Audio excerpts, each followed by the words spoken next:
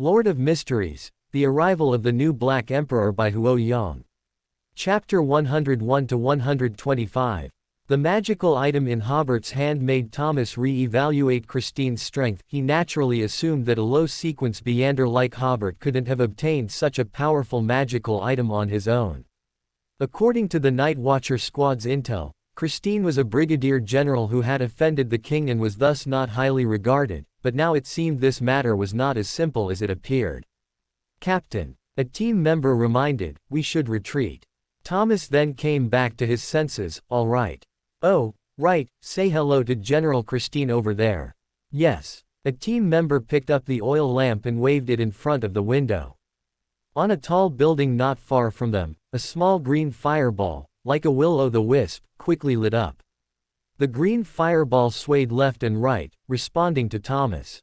On the rooftop of a tall building not far from the clock tower, Dophus put away the will-o'-the-wisp in his hand. Christine, dressed in a knight's uniform, said, "I'll go back first and give Hobert some space.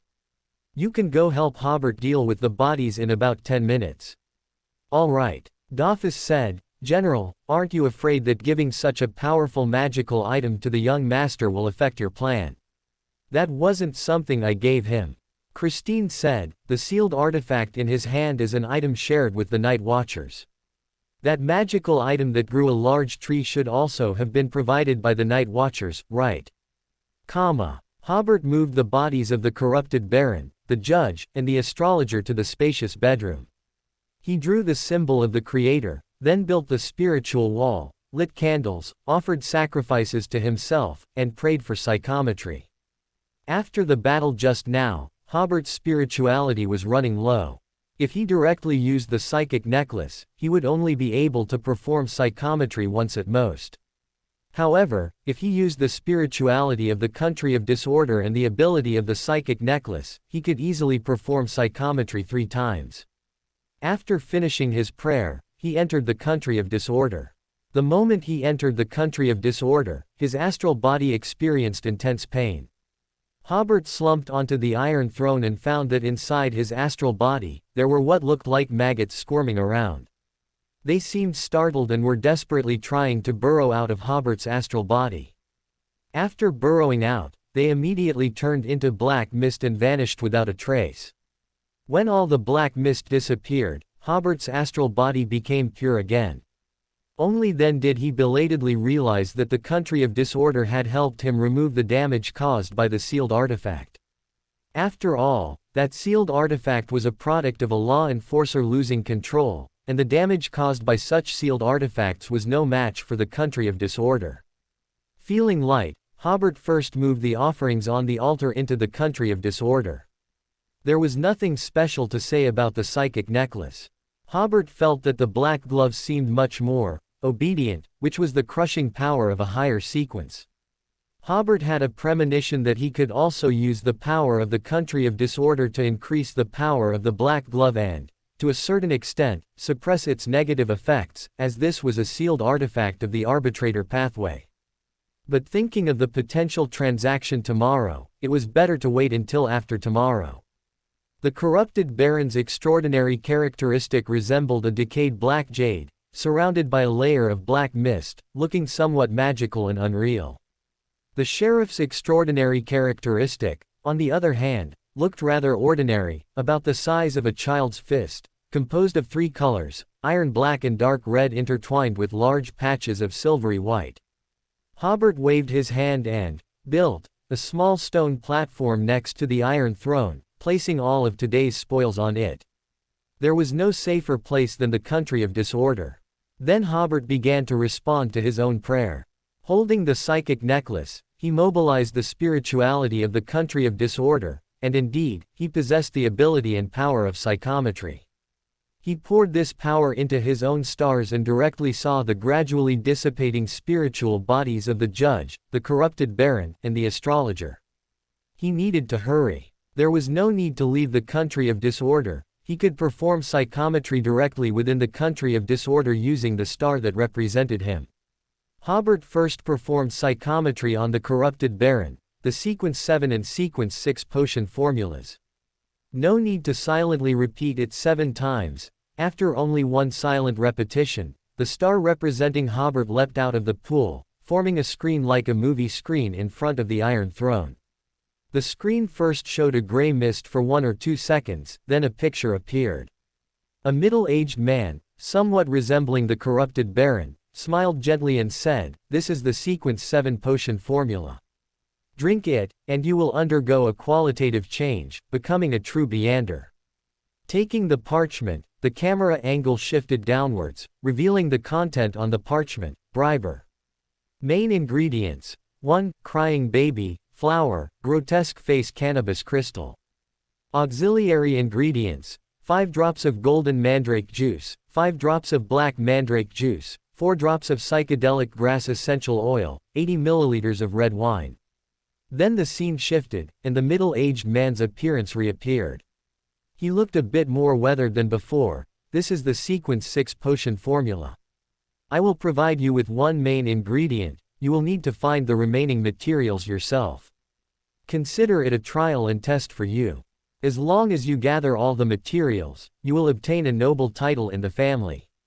Opening the parchment, the content was, Corrupted Baron. Main ingredients: 1 mutated heart of a black glow beast, crystal of a Chiandali elf tree. Auxiliary ingredients: 80 milliliters of dark bloodline giant beast blood, 20 milliliters of Chiandali elf tree juice, 8 grams of dragon tooth grass powder, 100 milliliters of aged white wine. After the 2 potion formulas appeared, the image on the screen reverted to the corrupted Baron's spiritual body with vacant eyes. Now Hobert already had the corrupted Baron's extraordinary characteristic, and the Briber's extraordinary characteristic was also relatively easy to obtain. He mainly looked at the auxiliary materials for these 2 potion formulas. As for consuming extraordinary characteristics instead of extraordinary materials, Hobert felt he didn't have much psychological pressure regarding that.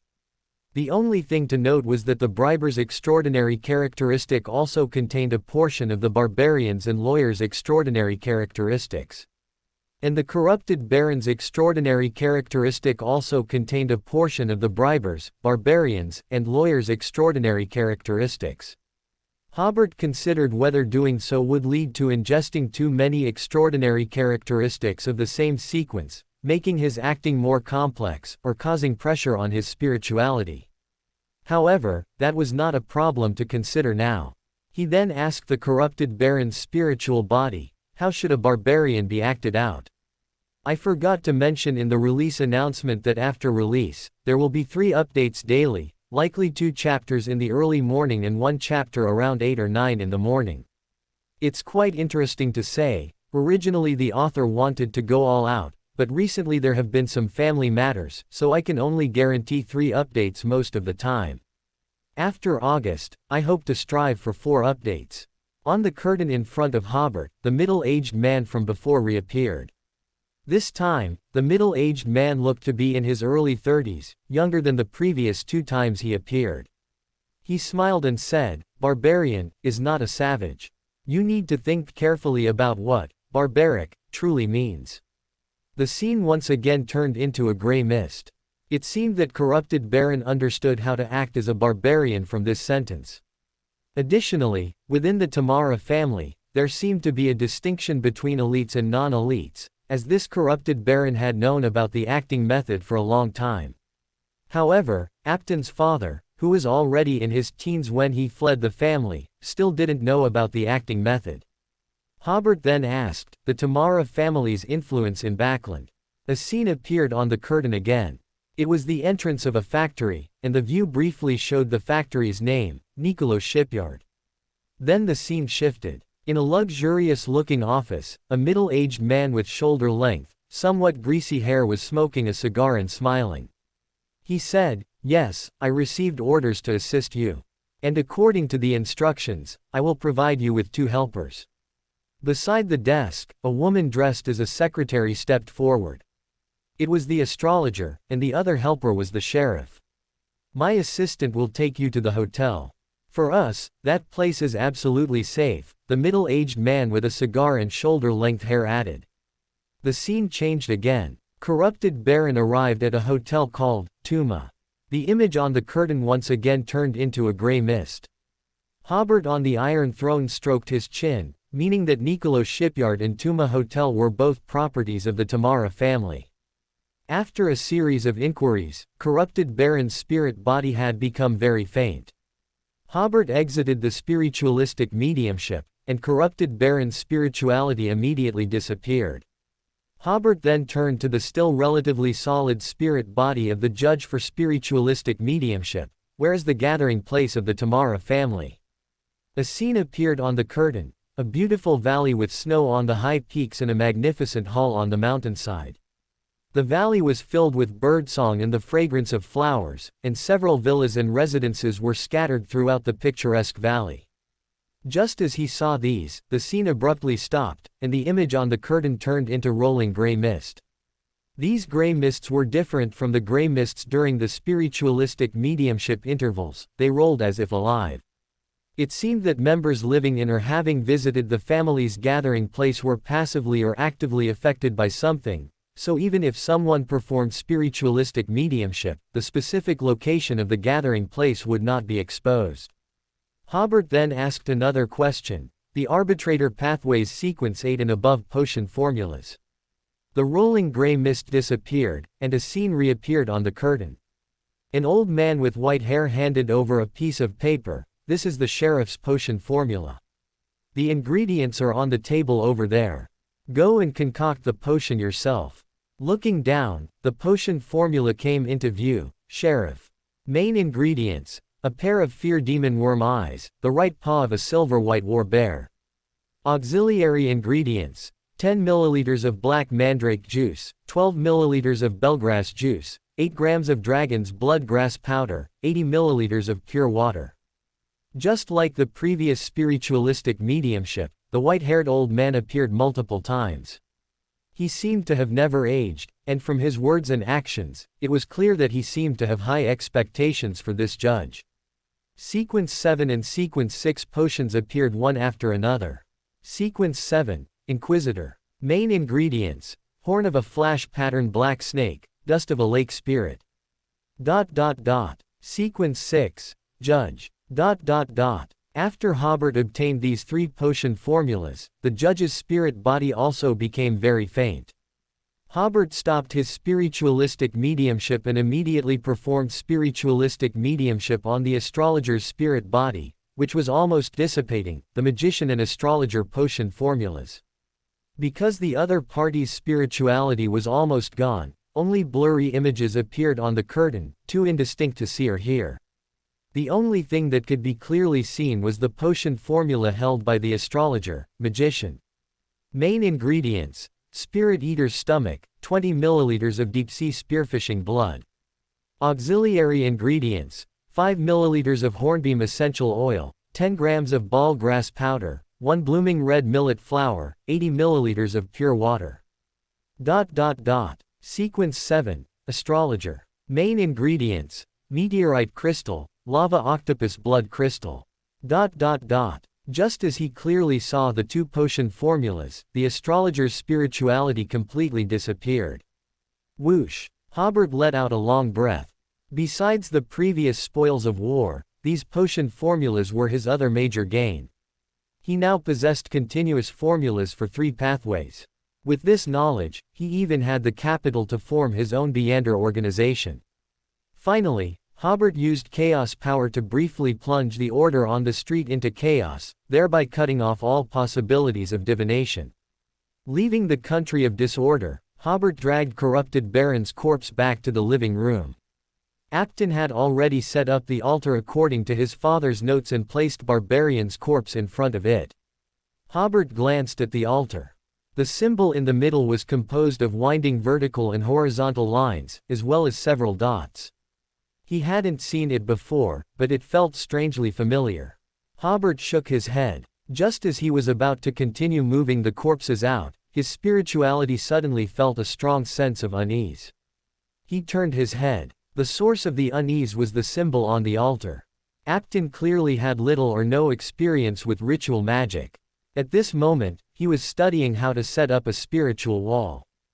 Hobert pointed at the symbol and asked, "Where did this symbol come from?" "From my father's notes," Apton answered honestly. "What is his honorable name?" Apton picked up the notes. "The Cosmos." "Don't say it out loud," Hobert exclaimed. "Write it down, fold the paper, and hand it to me." Apton seemed to realize something and, with some horror, wrote it down as Hobert instructed, then folded the paper and handed it to Hobert.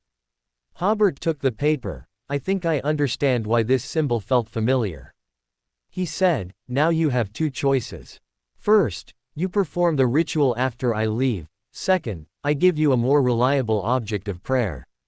You choose." At this point, Apton also realized that his object of prayer was problematic. He chose almost without hesitation, "I choose to use the object of prayer you provide." In this regard, he trusted Hobert more. After all, Hobert could find so many helpers, which indicated that his background was definitely not ordinary. Hobert smiled. "Then you will have to become his believer." "No problem." Hobert then changed the symbol in the middle of the altar to the Creator's symbol, and then told Apton the Creator's honorable name. Then Hobert pretended to go deal with the corpses, but he actually went to the bedroom and used the original altar to sacrifice the slip of paper to himself. Returning to the country of disorder, Hobert grabbed the slip of paper. When he opened it, it read, "The mist in the depths of the cosmos. The extremely cold ruler. The symbol of chaos and distortion." Through these descriptions, Hobert roughly guessed that this should be the honorable name of the uncertain mist. It wasn't his spirituality that felt familiar just now, but the country of disorder, which was closely connected to him, that felt familiar. Apton, in the living room, carefully recited the honorific name of the Creator, "O Creator of human order. You are the master of the kingdom of disorder. You are the master of the clock of order. I implore your gaze and favor. I implore you to mix the spirituality of the person on the altar with my spirituality, so that my enemy's divinations against me will fail." Apton had read his father's notes countless times before, and had rehearsed this ritual countless times in his mind, but today was the first time he performed it. This was because his father's notes had warned him not to casually recite the honorific name of the uncertain mist, lest he inadvertently anger this great existence. After completing the prayer, Apton looked at the altar with a nervous expression. Suddenly, a surging power descended, and a tall, majestic figure appeared above the altar, seated on a throne forged from swords, as if looking down upon everything beneath its feet. In fact, when Apton previously said he needed a corpse from the Tamara family, Hobert, who possessed extensive knowledge of mysticism, went back and pondered it, then understood the principle behind Apton needing the corpse to conceal his tracks. Only if they belonged to the same family could their spiritualities effectively merge. When Apton's spirituality was partially merged with the corpse's spirituality using a highly ranked distortion power, any subsequent divination for Apton's whereabouts would point to the corpse's spirituality, which is the spirit world, thus rendering the divination ineffective. Hobert estimated at the time that he could achieve this by using the country of disorder. Additionally, high-sequence beyonders of the death pathway could also achieve this. Certain manipulations of spirituality were their forte.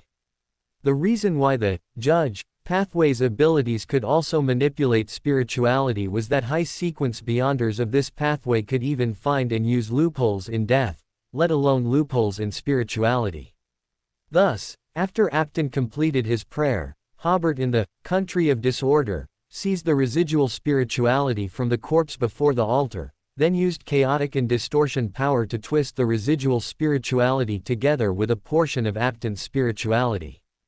This made Apton, standing before the altar, show a very painful expression, as his spiritual body had been twisted.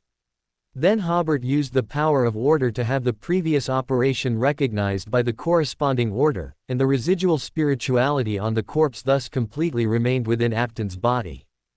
Having completed all this, Hobert withdrew his power from the altar. He looked at the note by the armrest, then placed the note on the stone table beside it. Hobert vaguely remembered that the uncertain mist seemed to be composed of scraps from the country of disorder, and the child of chaos, making it a weaker outer god. From its honorific name, It controlled a portion of the authority of distortion and chaos, which made it easier for it to find loopholes in the defenses set up by the first creator on Earth than other outer gods.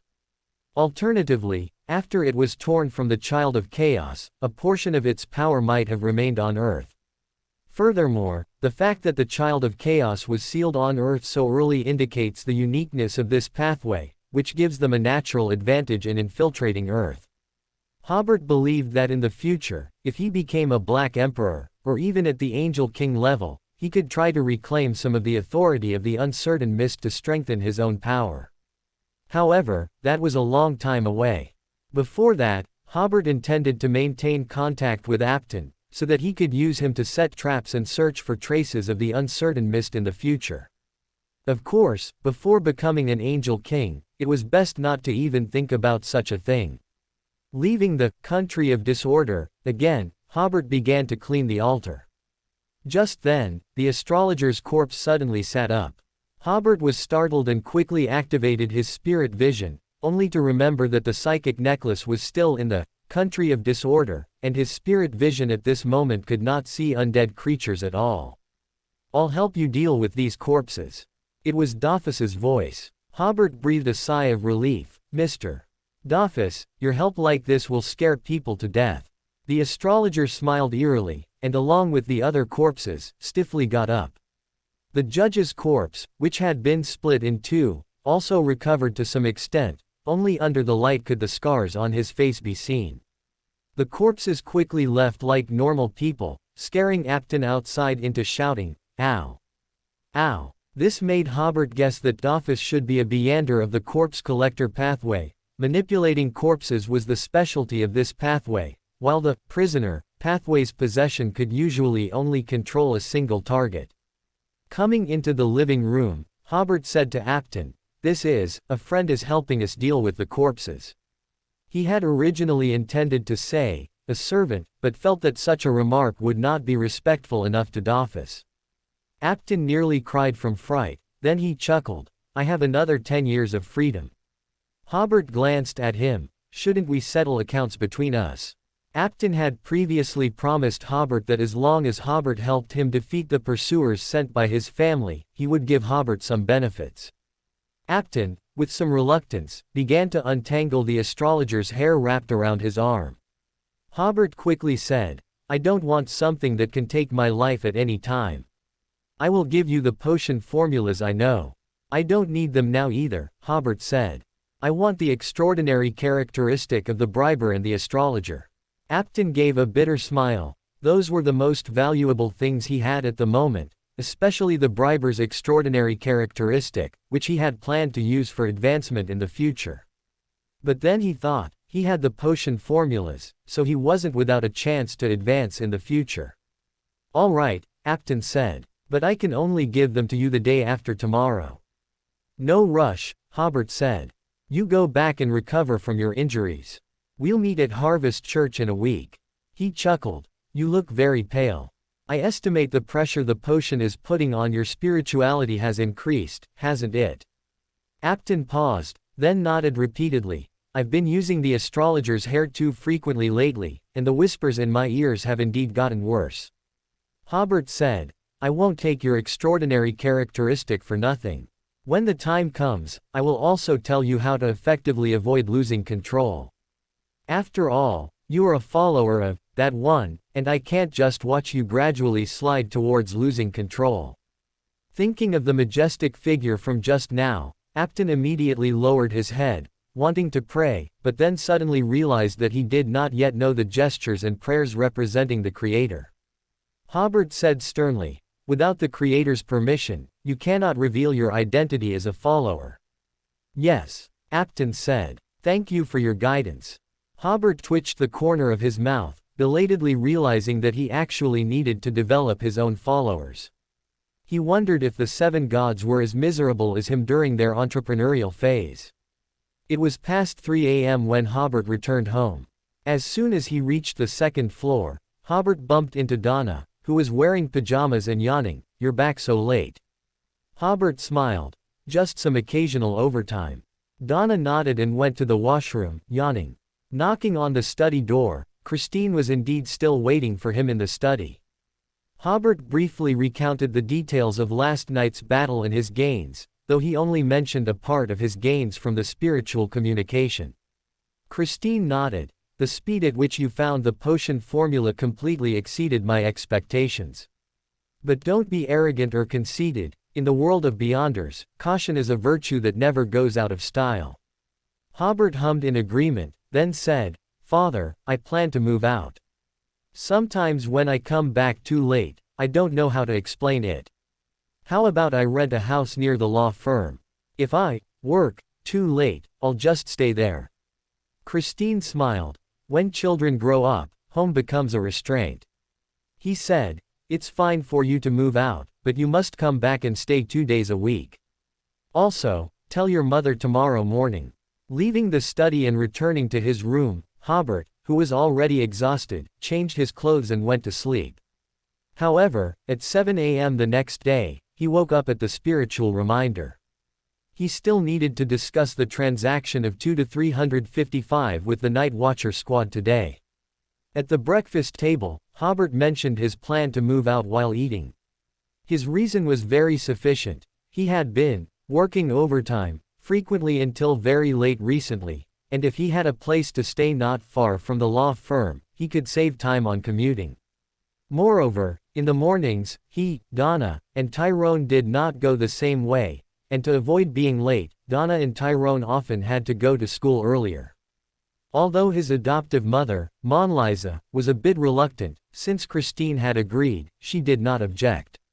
She only reminded Hobert to come home whenever he had time and promised that the family would help Hobert pay a portion of the rent.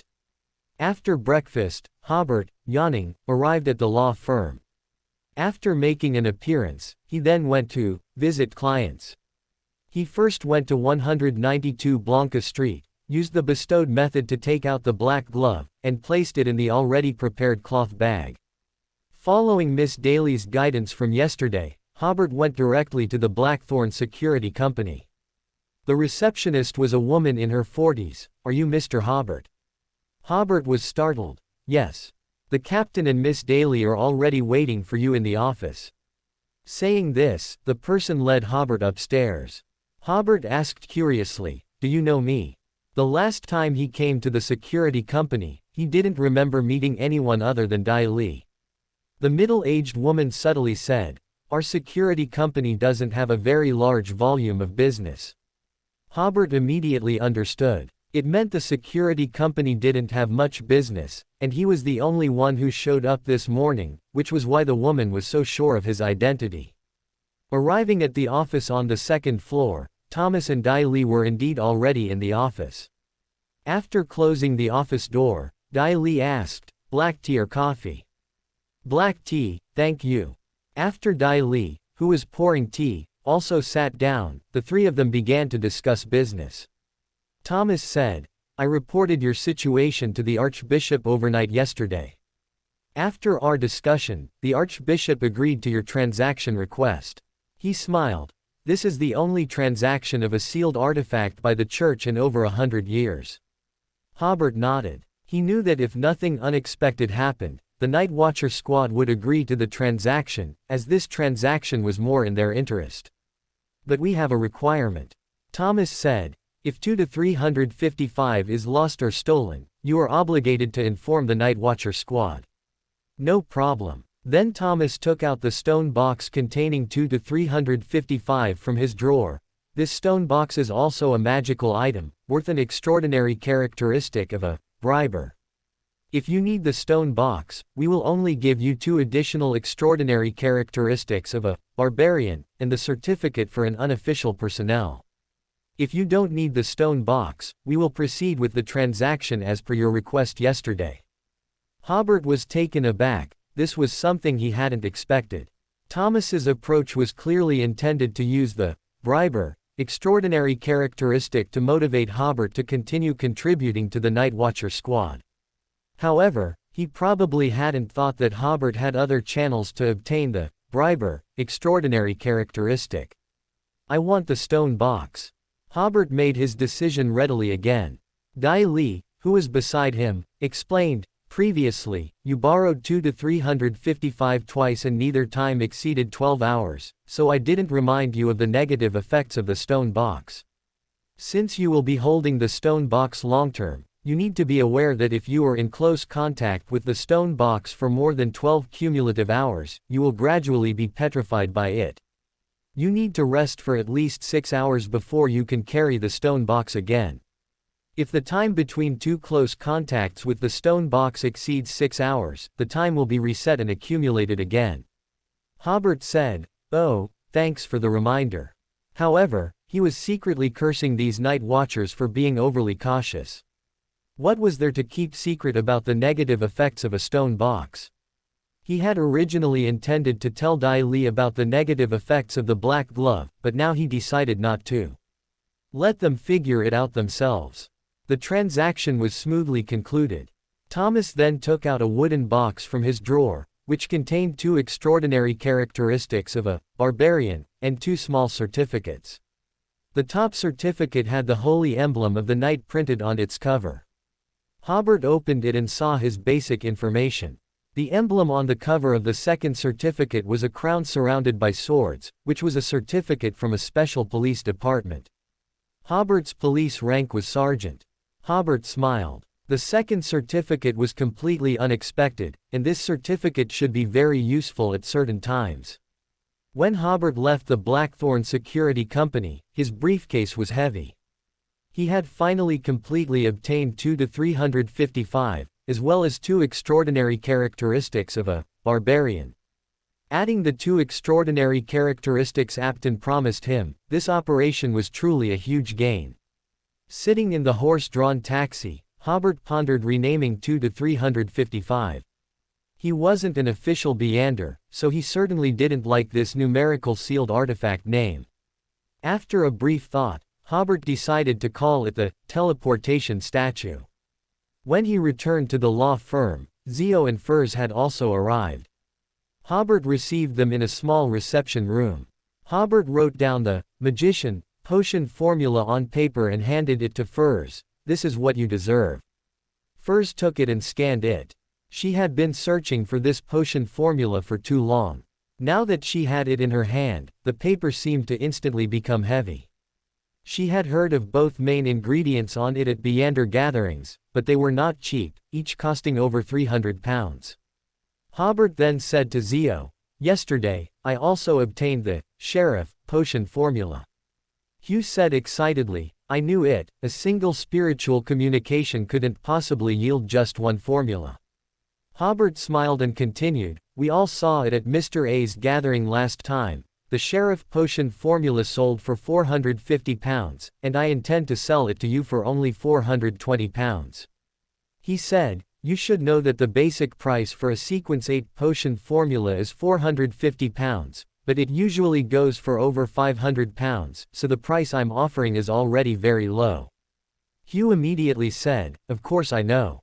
Then she scratched her head a little awkwardly, "But all my current assets are only £398. Could you wait a bit? As soon as I gather the remaining 20-odd pounds, I'll come to buy the formula immediately." Hobert smiled and said, "How about this? The formula will only cost you £395, and for the other £25, you can help me investigate 2 addresses." Hugh was slightly taken aback. "Hobert, you don't need to take care of me so much." No, these £25 are well worth it for me," Hobert explained. "Because I can't investigate those 2 addresses myself, and you shouldn't investigate them yourself either. Find someone you trust and have him help with the investigation. And the investigation should only begin half a month later. I only need the addresses, don't do anything extra to avoid alarming them." Hugh seemed to understand something. That's the Tamara family." Hobert nodded, then smiled and said, "Ladies, it seems now that the Tamara family should possess the potion formulas for the lawyer, arbitrator, and apprentice pathways. We should be able to get what we each need from them. In this regard, I think we are natural allies. However, we are still too weak compared to a Beander family, so we cannot act rashly. We can just pay attention to news about this family, and it won't be too late to act when an opportunity arises. Furs smiled and said, "On this matter, we are willing to follow your arrangements." "Not arrangements, but cooperation," Hobert said. "Ladies, you possess extraordinary abilities, yet you never use extraordinary abilities for crime. I deeply respect such steadfastness." Hugh was a little embarrassed by this. She scratched her somewhat rough hair and said, "I respect you very much too. You know so much, and you can find such powerful friends to help. Even though you didn't need us to participate in this operation, you still called us." Furs also nodded. Hugh was right, their contribution to this operation was indeed not very significant. Not only that, but they also accumulated a lot of practical combat experience and gained much knowledge during this battle. For 2 Sequence 9 Wild Beyonders, these were quite valuable experiences and insights. Hobert smiled and said, "Mutual respect is essential for lasting friendship." As he spoke, he wrote out the sheriff potion formula and handed it to Hugh. Hugh had also brought all her savings with her today, in case of a possible transaction. After completing this transaction, Hobert said to Hugh, "Regarding the main ingredient for the sheriff, I can tell you about 2 good options. The first is at Mr. A's gathering, the person who sold the sheriff potion formula, he most likely also has the main ingredient for the sheriff. The second is that I also have the main ingredient for the sheriff here, and I can sell it to you at a lower price." Hugh happily said, "Of course I'll choose to buy from you." She had been worried about where to buy the main ingredient, but unexpectedly, Hobert immediately pointed out 2 paths for her. Hobert said, "Good, I'll save it for you." In fact, the so-called main ingredient was the sheriff extraordinary characteristic from the spoils of war. He then added, "Although you're buying the ingredient from me, I still recommend that you get in touch with the person who sold the sheriff formula." "Why?" "You should know that the Ruin royal family possesses the potion formula for the arbitrator pathway, right?" Hugh nodded, indicating that she knew. Only a sheriff who has connected with someone from the royal family is legitimate. Hobert reminded her, "Don't resist cooperation with the official channels. As long as you are careful not to be used as a pawn, such cooperation will be beneficial to you." Hugh nodded again, roughly understanding Hobert's meaning. After seeing the 2 ladies off, Hobert endured until lunchtime with continuous yawns. After lunch, he went out to visit clients, which was actually to catch up on sleep at 192 Blanca Street. He had a very satisfying sleep, waking up only after 4 in the afternoon. A luxurious 4-wheeled carriage stopped on Rose Street. A middle-aged man with shoulder-length, somewhat greasy hair, holding a cigar, was looking out the carriage window. "Uncle Bird, did something happen to them here?" Because he had divined that only one family traitor remained, and he wasn't strong, this operation hadn't caught the middle-aged man's attention at all. It was only when the action team didn't return all night that he realized something had happened. By asking the coachman, he learned that the action team's target was Rose Street, which was the only clue. Bird, the astrologer, had already gray hair. He divined with the crystal ball in front of him before saying, "They did come here, but there aren't many traces of them here. Keep going," the middle-aged man said to the coachman. "Drive through here at a normal speed. Even if the enemy was still on this street, a Beander battle couldn't possibly happen in Backland during the day." The carriage slowly drove through Rose Street. Both the street and its residents looked completely normal, not at all like a fierce battle had taken place. The middle-aged man asked, "Can you find their bodies?" "Their bodies must have been disposed of," Bird said with a wry smile.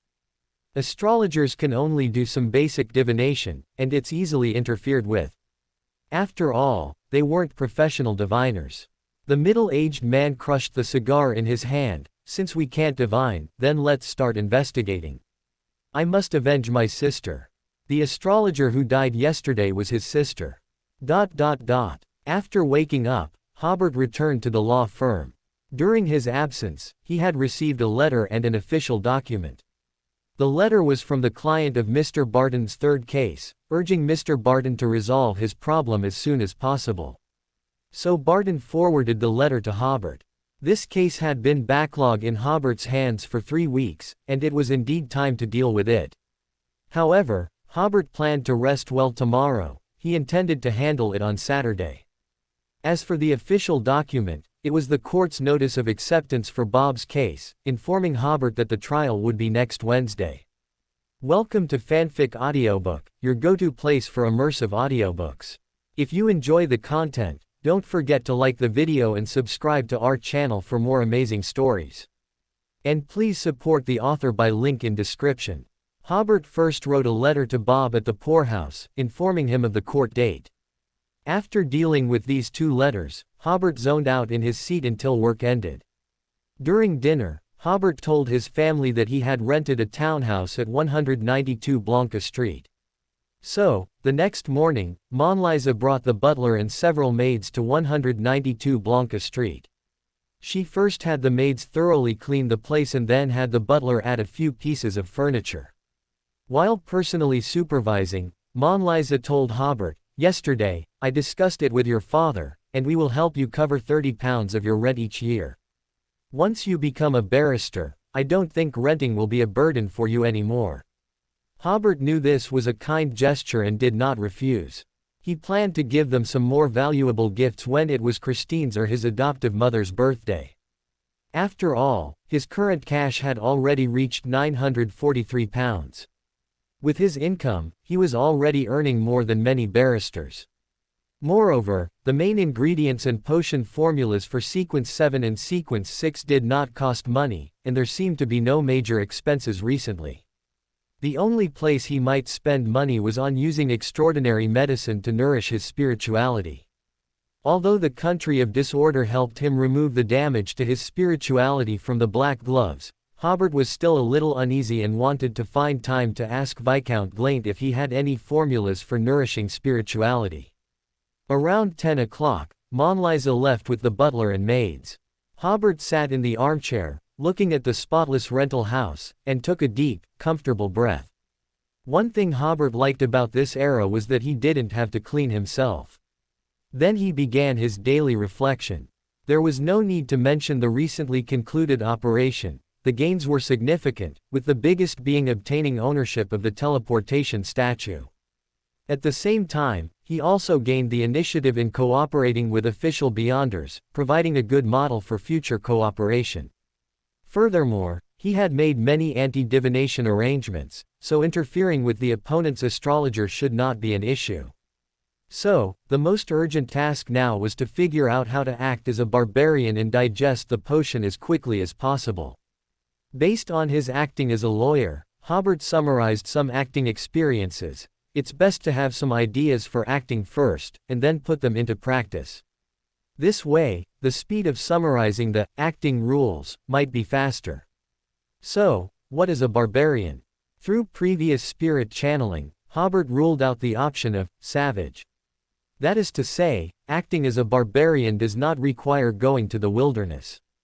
So what is barbarism? Crude, unreasonable, preferring to use force. Hobert frowned. These didn't seem to be the essence of a barbarian. The core of a lawyer is being good at using rules and loopholes, so a barbarian should have some association with this core. This would conform to the law of acting method. For example, he remembered that one of the acting rules connecting the various sequences of a diviner was strange. There were also reverence for destiny, and so on. In short, the names of the potions might not have much association, but the acting rules hidden behind them definitely had an association. Following this line of thought, Hobert realized that the antonym of barbaric is civilized. Then, his thoughts suddenly became clear. Civilization represents order and rules. And barbarism represents challenging this order and breaking these rules. Hobert nodded with satisfaction. This idea was good and he could find an opportunity to try it out. After lunch, Hobert returned to the law firm. After daydreaming for a while, Hobert felt bored. He couldn't help but sigh. When working, he always wished for a break, but when he actually rested, he felt a bit bored and even a little guilty. Hobert shook his head. Since that was the case, he should find something to do.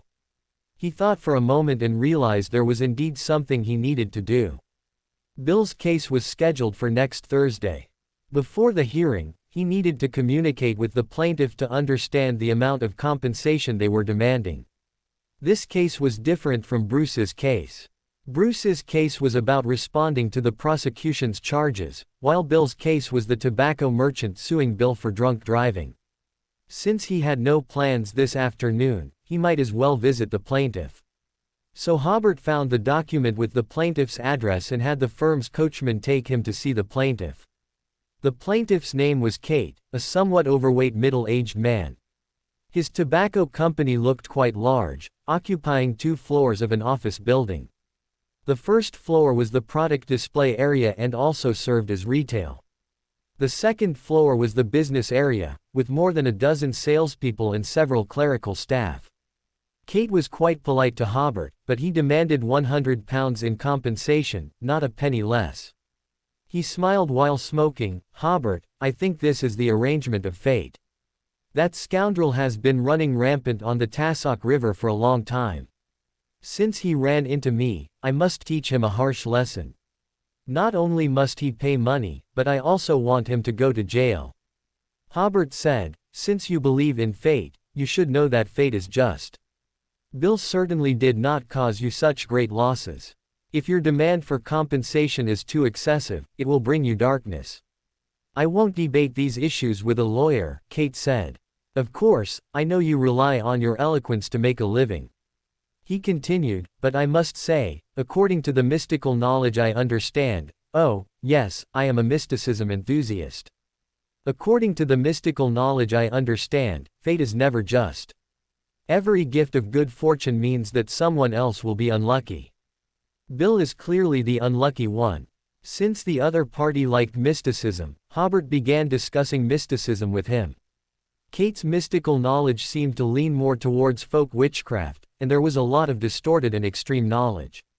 Although the two chatted quite congenially, Kate was a qualified businessman.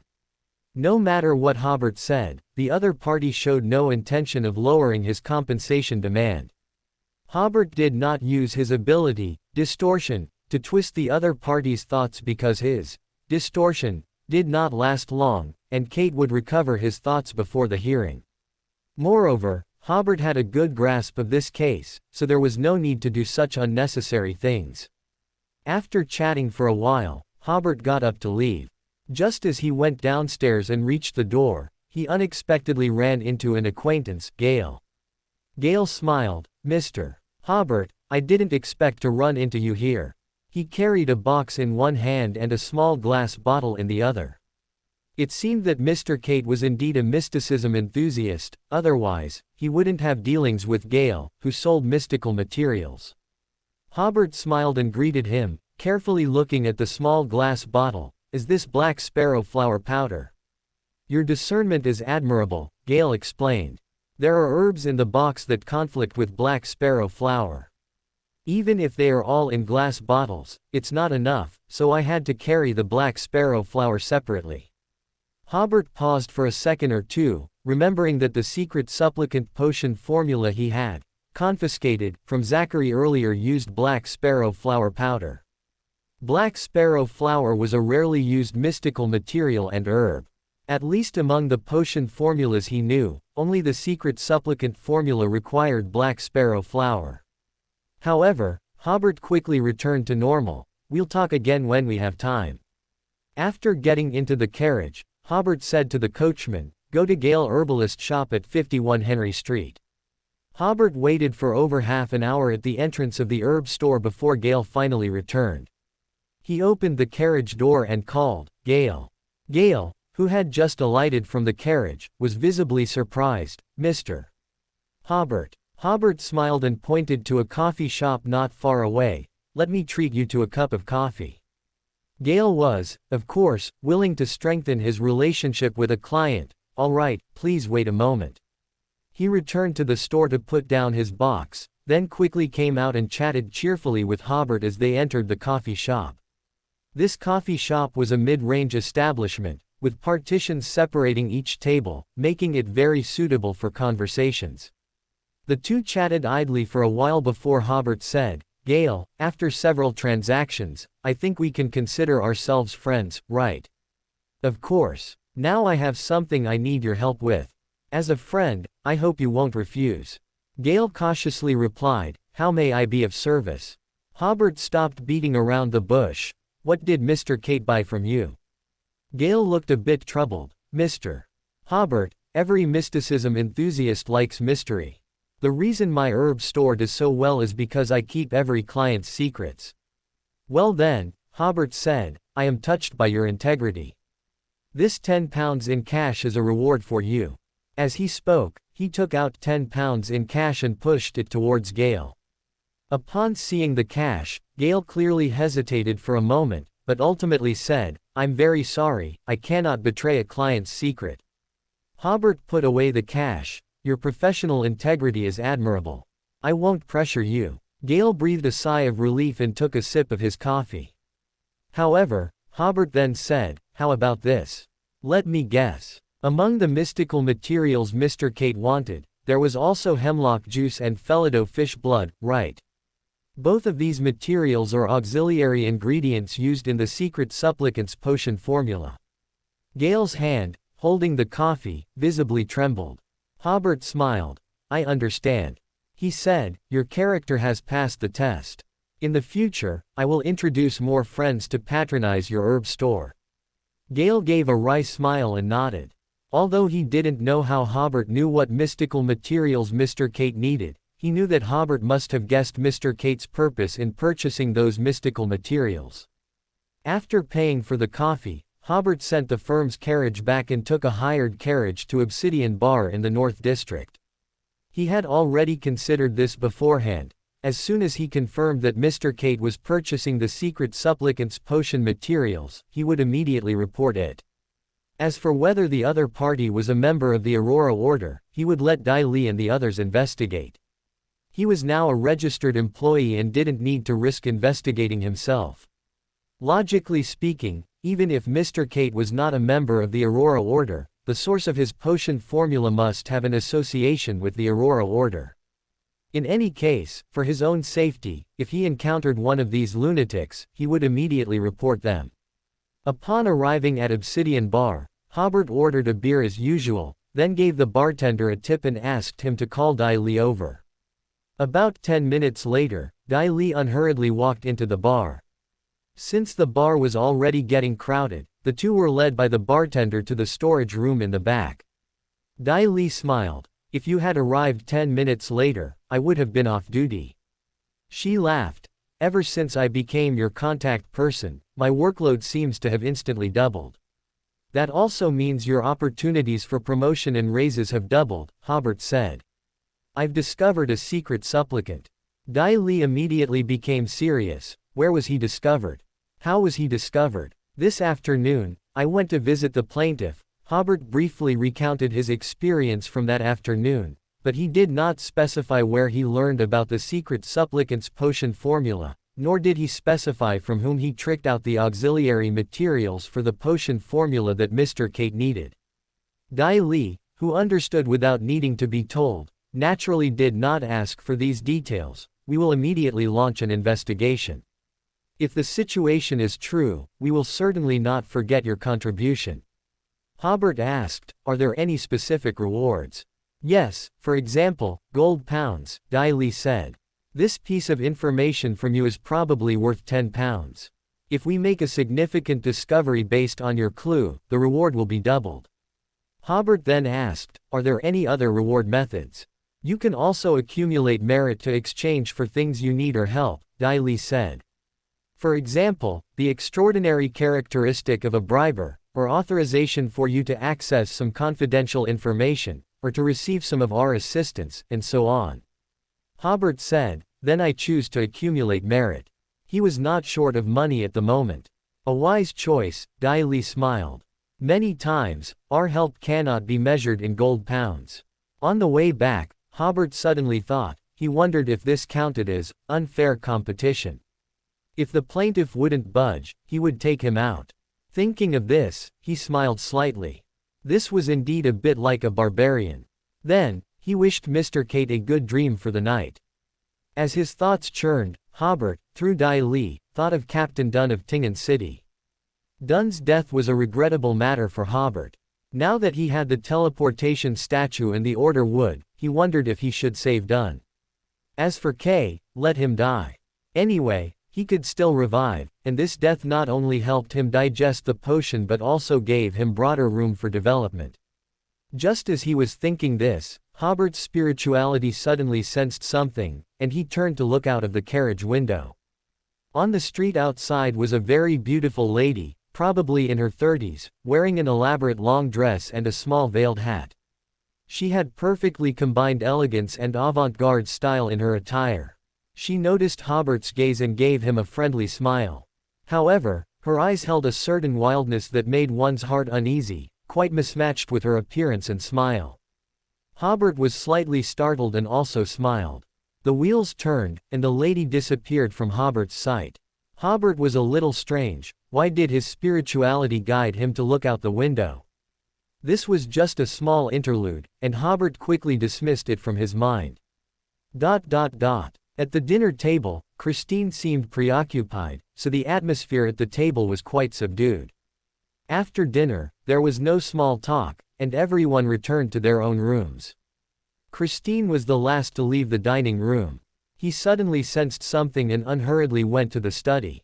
Sitting in the chair behind the desk was a beautiful woman in her 30s, precisely the lady Hobert had seen in the carriage that afternoon. She smiled. "Christine, long time no see.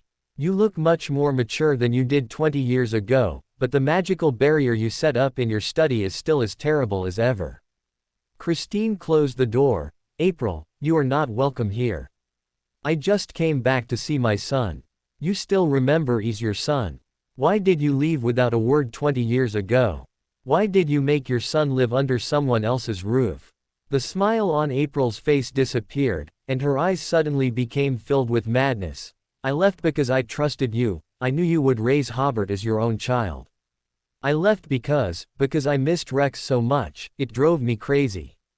As April spoke of Rex, tears streamed down her face uncontrollably, and she appeared very emotionally unstable. Christine sighed. "More than 20 years have passed. But I still love him deeply, no matter what others think or how they see me. I just want to resurrect Rex." April wiped away her tears, her expression becoming resolute again.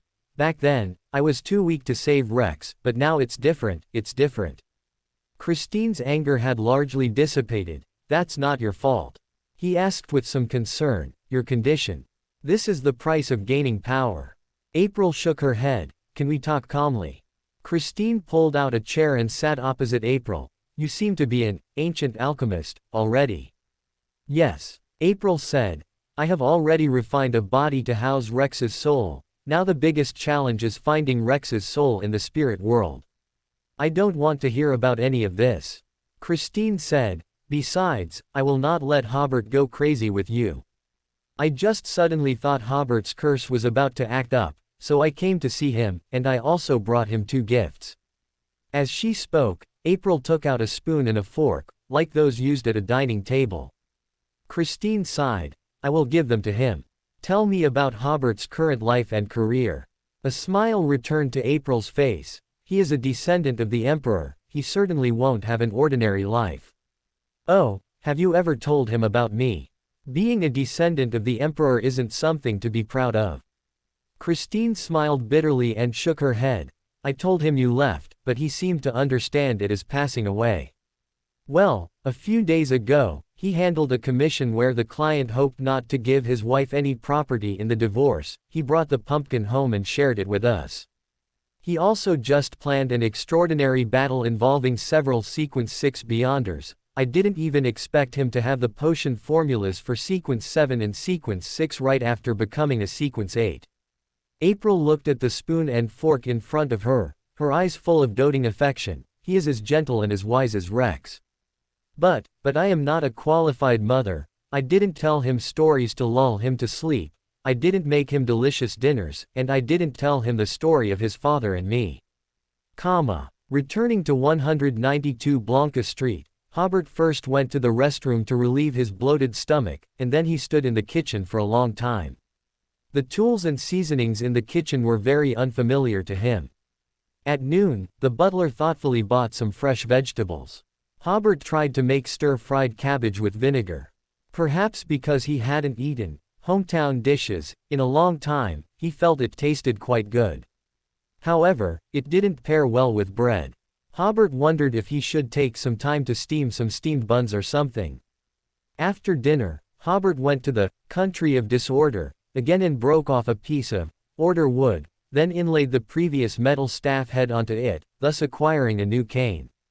Early the next morning, Hobert walked to the law firm. From a distance, he saw Christine's carriage parked at the entrance of the firm. Christine smiled and waved to Hobert. Hobert got into the carriage, and Christine said, "This is the breakfast your mother prepared for you." Hobert didn't think much of it. "Please thank mother for me." Christine nodded. "Yesterday, while I was tidying up, I found something belonging to your birth mother. I think I should give it to you on her behalf." As he spoke, Christine took a spoon from his pocket and handed it to Hobert. Hobert was stunned. Was this because he was afraid Hobert wouldn't have utensils for breakfast? But the moment he took the spoon, he immediately realized it was a magical item. Injecting spirituality into it, Hobert realized he could use 3 extraordinary abilities of the audience pathway: hypnosis, madness, and psychological suggestion. These were all very practical abilities. Hobert even wanted to ask if the original owner's birth mother had left anything else. Don't always hide things, they need to be taken out and used, or they'll rust. Christine explained from the side, this magical item also has a passive skill. It can resist a certain degree of mental attacks such as hypnosis and psychological suggestion. Its negative effect is, each time it is used, the holder or the person attacked by the item will randomly cry or laugh uncontrollably. Holy cow, Hobert said, you call that a negative effect? Such abilities and negative effects could easily surpass the psychic necklace and fighting ring by a long shot. Christine smiled. Of course, what your birth mother left you is a good thing. When she left you this item, she said she hoped you would never be deceived. As for its appearance, it's because the alchemist your mother knew liked to make magical items look like tableware. Hobert stared at the spoon for a while. First, he felt the deep motherly love of the original owner's mother for the original owner. Then, he realized that the original owner's mother was also a Beander. And her sequence was not low. An alchemist is a demigod of the erudite sequence. To have such a friend, her sequence naturally couldn't be low. Hobert put the spoon into his inner pocket, letting a part of it touch his skin so he could use the spoon's ability at any time. After bidding farewell to Christine, Hobert ate breakfast at his desk. It was a pie he liked, a little salty, but the taste was all right. While eating, Hobert pondered a name for the spoon. He thought of several, and finally decided to call it psychological spoon. After breakfast, Hobert took a carriage to the East District to handle the 3rd case Mr. Barton had given him. Not long after he set off, Hobert saw the beautiful lady with the wild eyes whom he had seen yesterday afternoon. She still smiled gently at Hobert. After the carriage passed her location, Hobert grew more and more puzzled the more he thought about it. Why did he encounter her coincidentally twice in a row? If there was a 3rd time, Hobert decided he would immediately go to Christine. Things that were too coincidental often hinted at unknown dangers. Hobert remained highly vigilant. He didn't notice anything amiss until he was out of Backland's urban area. Only then did he relax and think of another issue. He could now go to Tingen City. You don't think Hobert's background is really that simple, do you? He. The fate of the mysterious world was truly peculiar. Yesterday, Hobert had just thought of rescuing Dunn, but then, considering the terror of 008, he felt a bit like backing out. Hobert had also considered reporting it, but what would he say? Ins Zangwil in Tingen City. Unless the goddess personally intervened, no matter what actions the Night Watchers took, they would likely alert 008 only delaying the situation's development and failing to resolve the problem completely. At that time, the evil god would become more mature and cause greater harm. Fortunately, the scope of 008 story weaving was limited to one city, otherwise, Hobert wouldn't even dare to imagine it. Unexpectedly, this morning, Hobert obtained the psychological spoon, which gave him a way to go to Tingen City to save someone. He could use the psychological spoon to seal his memories of 008, head directly to Tingen City, and then, after encountering a certain event, trigger the memories of 008. This way, 008 would at most perceive Hobert's existence, but there would be only a very small chance of him being woven into the story. Using the abilities of the spectator pathway to deal with a sealed artifact of the spectator pathway was a good idea. As Hobert pondered, the carriage continued eastward. After nearly 2 hours of travel and asking for directions several times, he finally arrived at the client's residence. The place had already entered the mountainous area east of Backland, which gave Hobert the illusion that he had already left Backland. At the foot of a hill, there was a farmhouse, which was the home of the client, Mr. Stan. Mr. Stan operated a timber farm here. It was far from the city, the air was fresh, and it felt like a paradise. Beyond the hill in front of them, there was another timber farm, belonging to Mr. Jamie's family. The relationship between Stan and Jamie was not intimate, but there was also no conflict. About a month ago, they had a dispute over a small patch of woods between their two timber farms because a group of wild boars had suddenly settled there. Stan and Jamie, who also worked as hunters, naturally both hoped this wealth would belong to them, so their two families fell into an argument, even nearly coming to a physical fight. From that time on, Stan and Jamie's families entered a state of preparedness, always needing to leave one person watching that small patch of woods to prevent the other party from hunting the wild boars. Mr. Stan urged him by letter because he discovered that the wild boar piglets had grown considerably, and the herd was likely to undertake a new migration. Hobert checked Mr. Stan's land deed.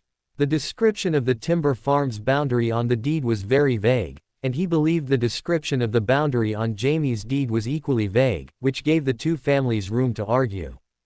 Hobert thought for a moment and then said, "I have a very simple way to solve the problem, but it requires your cooperation and trust."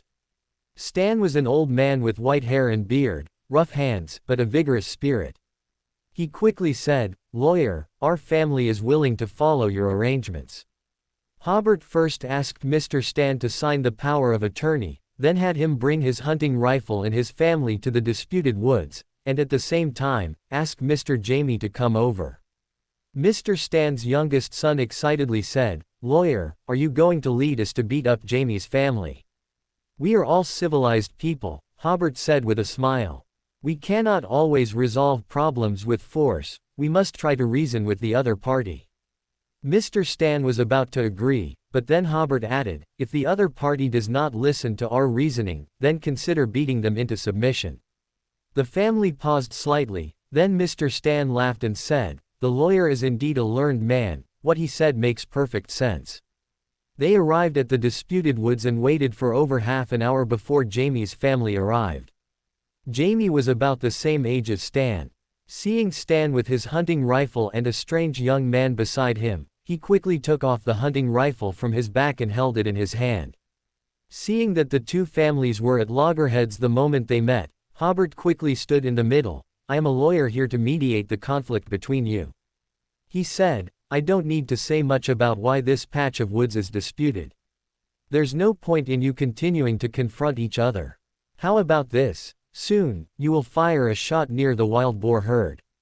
Whichever family's timber farm the wild boars run towards, that small patch of woods will belong to them." "How does that sound?" Jamie sneered. "We've already thought of that method, but where should we fire the shot?" "No matter where it is, we both feel it would be advantageous to the other side." Hobert said, "Of course, the shot should be fired closer to Mr. Stan's timber farm, and the closer to the pig herd, the better." At these words, both families were stunned. Jamie immediately said, "Can you make decisions for Stan? Don't go back on your word." I will first write an agreement for you, Hobert said. We'll fire the shot after you've signed it. Wait, lawyer, Stan quickly said, are you sure you want to do this? Is he the lawyer I paid for? Or the lawyer that old man Jamie hired? Hobert smiled and asked in return, Mr. Stan, please trust my professional ethics. And didn't you just say you were willing to follow my arrangements? Stan looked at the confident Hobert, and finally, stomping his foot, he said, all right, I'll listen to you. Hobert used his briefcase as a writing surface and handwritten an agreement. After both parties confirmed that the terms were correct, they signed it one after another. Each person received a copy of the agreement. Hobert said, with your signatures on it, the agreement has contractual force, and you must abide by its terms. After receiving affirmative replies from the two parties, Hobert, Stan, and Jamie approached the wild boar herd together, while their families waited in place, one anxious, the other joyful. Only when he saw the shadow of the wild boars, hidden by the bushes, did Hobert tell Stan to fire a shot into the sky. Stan sighed. At such a close distance, the wild boars would definitely run towards the other side. But with things as they were, he could only fire a shot into the sky. Just as Stan expected, the wild boar herd was startled. The three sows in the herd led their children and ran towards Jamie's family's timber farm. However, they had only run a few steps when a miracle occurred. The three sows unexpectedly changed direction one after another, running towards Stan's family's timber farm. Seeing that the situation was not right, Jamie quickly tried to shoo the pigs towards his own home, but it was to no avail. The three sows were determined and ran into Stan's family's timber farm. Stan laughed heartily. When he looked at Hobert, he found that the lawyer's eyes were fixed intently on the pig herd. Stan didn't pay too much attention, instead shaking the newly signed agreement in front of Jamie, declaring his victory. Jamie still wanted to argue, but when he saw the lawyer beside him, he seemed to deflate and could only comply with the terms of the agreement. However, he simply couldn't understand why the wild boars would exhibit such abnormal behavior. Ha ha ha ha, did you see Jamie's old face?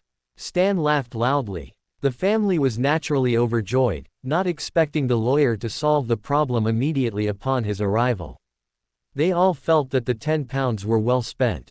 Stan asked Hobert, lawyer, how did you know the wild boars would definitely run into my forest? Jamie couldn't even shoo them away. Ha ha ha ha. Hobert thought to himself, of course, I used my extraordinary ability to distort the thoughts of those three sows, and the piglets would only follow the sows.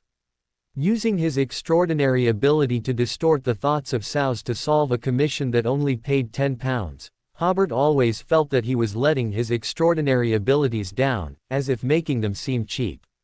Yet, he said, I happen to have read some books about the habits of wild animals. If we're talking about hunting experience, I'm certainly not as good as you, but I know more about the habits of wild boars. The location of your forest is more suitable for the food they need to grow, so when frightened, they will run towards your side. Stan said, indeed, knowledge is wealth. I've hunted all my life and never knew these things. Returning to Stan's farmyard, it was around 1 in the afternoon. Stan's family warmly invited Hobert and the coachman to lunch. While they were eating lunch, the not-so-hurried sound of hooves on the road caught everyone's attention. 3 knights in riding attire were slowly approaching on horseback. From a distance, Hobert recognized one of them. It was the person who had introduced himself as the son of the Commodore at the mercenary club gathering. Hobert remembered his name was Harvey Hayden, and he seemed to be the leader of the 3. Harvey Hayden and the other 2 dismounted only when they were close, then politely asked Stan for some clear water. Stan's family was very hospitable, taking their canteens to fill them with water and even inviting them to lunch. Harvey Hayden was about to decline the lunch invitation when he saw Hobert greeting him. He smiled and said, Hobert, I didn't expect to meet you here. Is your father doing well? He used to be Christine's subordinate and seemed to have some affection for his former superior. Thank you for your concern, he is doing well, Hobert replied politely. The 2 sides chatted for a few moments, and the water was filled. Harvey Hayden was about to bid farewell when he suddenly seemed to remember something. We are catching 3 thieves, and we happen to be short-handed. Hobert, please come and help. When the matter is over, I'll give you a portion of the commission. Hobert knew that the case Barton gave him couldn't be that simple, but he hadn't expected this unexpected turn of events to be about catching thieves. Seeing Hobert hesitate, Harvey Hayden added, "Those thieves don't even have guns, and we have them surrounded on a mountain. You just need to help guard one direction, there's not much danger."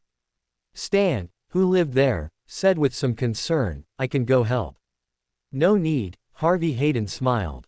"Those thieves have knives and daggers. For safety, it's better for us professionals to deal with them." Then he looked at Hobert again. Hobert could feel the sincerity in his eyes. "Okay, I'll go with you after I finish this piece of bread." In fact, Hobert had already decided to go with Harvey Hayden to catch the thieves because he guessed that Harvey Hayden should also know Rex, and he could get some information about Rex from him. Moreover, he also wanted to see what surprises this extraordinary characteristic aggregation law would bring him this time. To prevent accidents, he had brought the teleportation statue, order wood, and other items with him. As long as he didn't encounter an enemy of sequence 6 or above who was determined to kill him, he was confident he could retreat safely. Hobert finished the bread in his hand and bid farewell to Stan's family. Stan readily paid the commission fee and gave Hobert some dried meat and wild vegetables. Hobert gave a portion of the dried meat to the coachman and told him to drive back first, as he didn't know when he would finish here. Harvey Hayden led his horse, walking with Hobert to meet up with the others. As they walked, he said, "Last night, a batch of jewels was stolen from Count Vincent's home. His son, Simon, immediately posted a mission at the mercenary club, so 9 mercenaries, including myself, temporarily teamed up to apprehend these thieves. We followed the clues, found those 3 fleeing thieves, and chased them all the way here." Hobert asked, "A respectable count's home, visited by a group of thieves?" Harvey Hayden whispered, "I also know this matter is very unusual. Simon must be hiding something, but don't worry, I've seen the 3 thieves on the mountain, only one is a Beander of sequence 9. According to the mission issued by Simon, catching these 3 people is enough, we don't need to intervene further." Hobert nodded. An experienced mercenary like Harvey Hayden would, of course, not get involved in the messy affairs of nobles.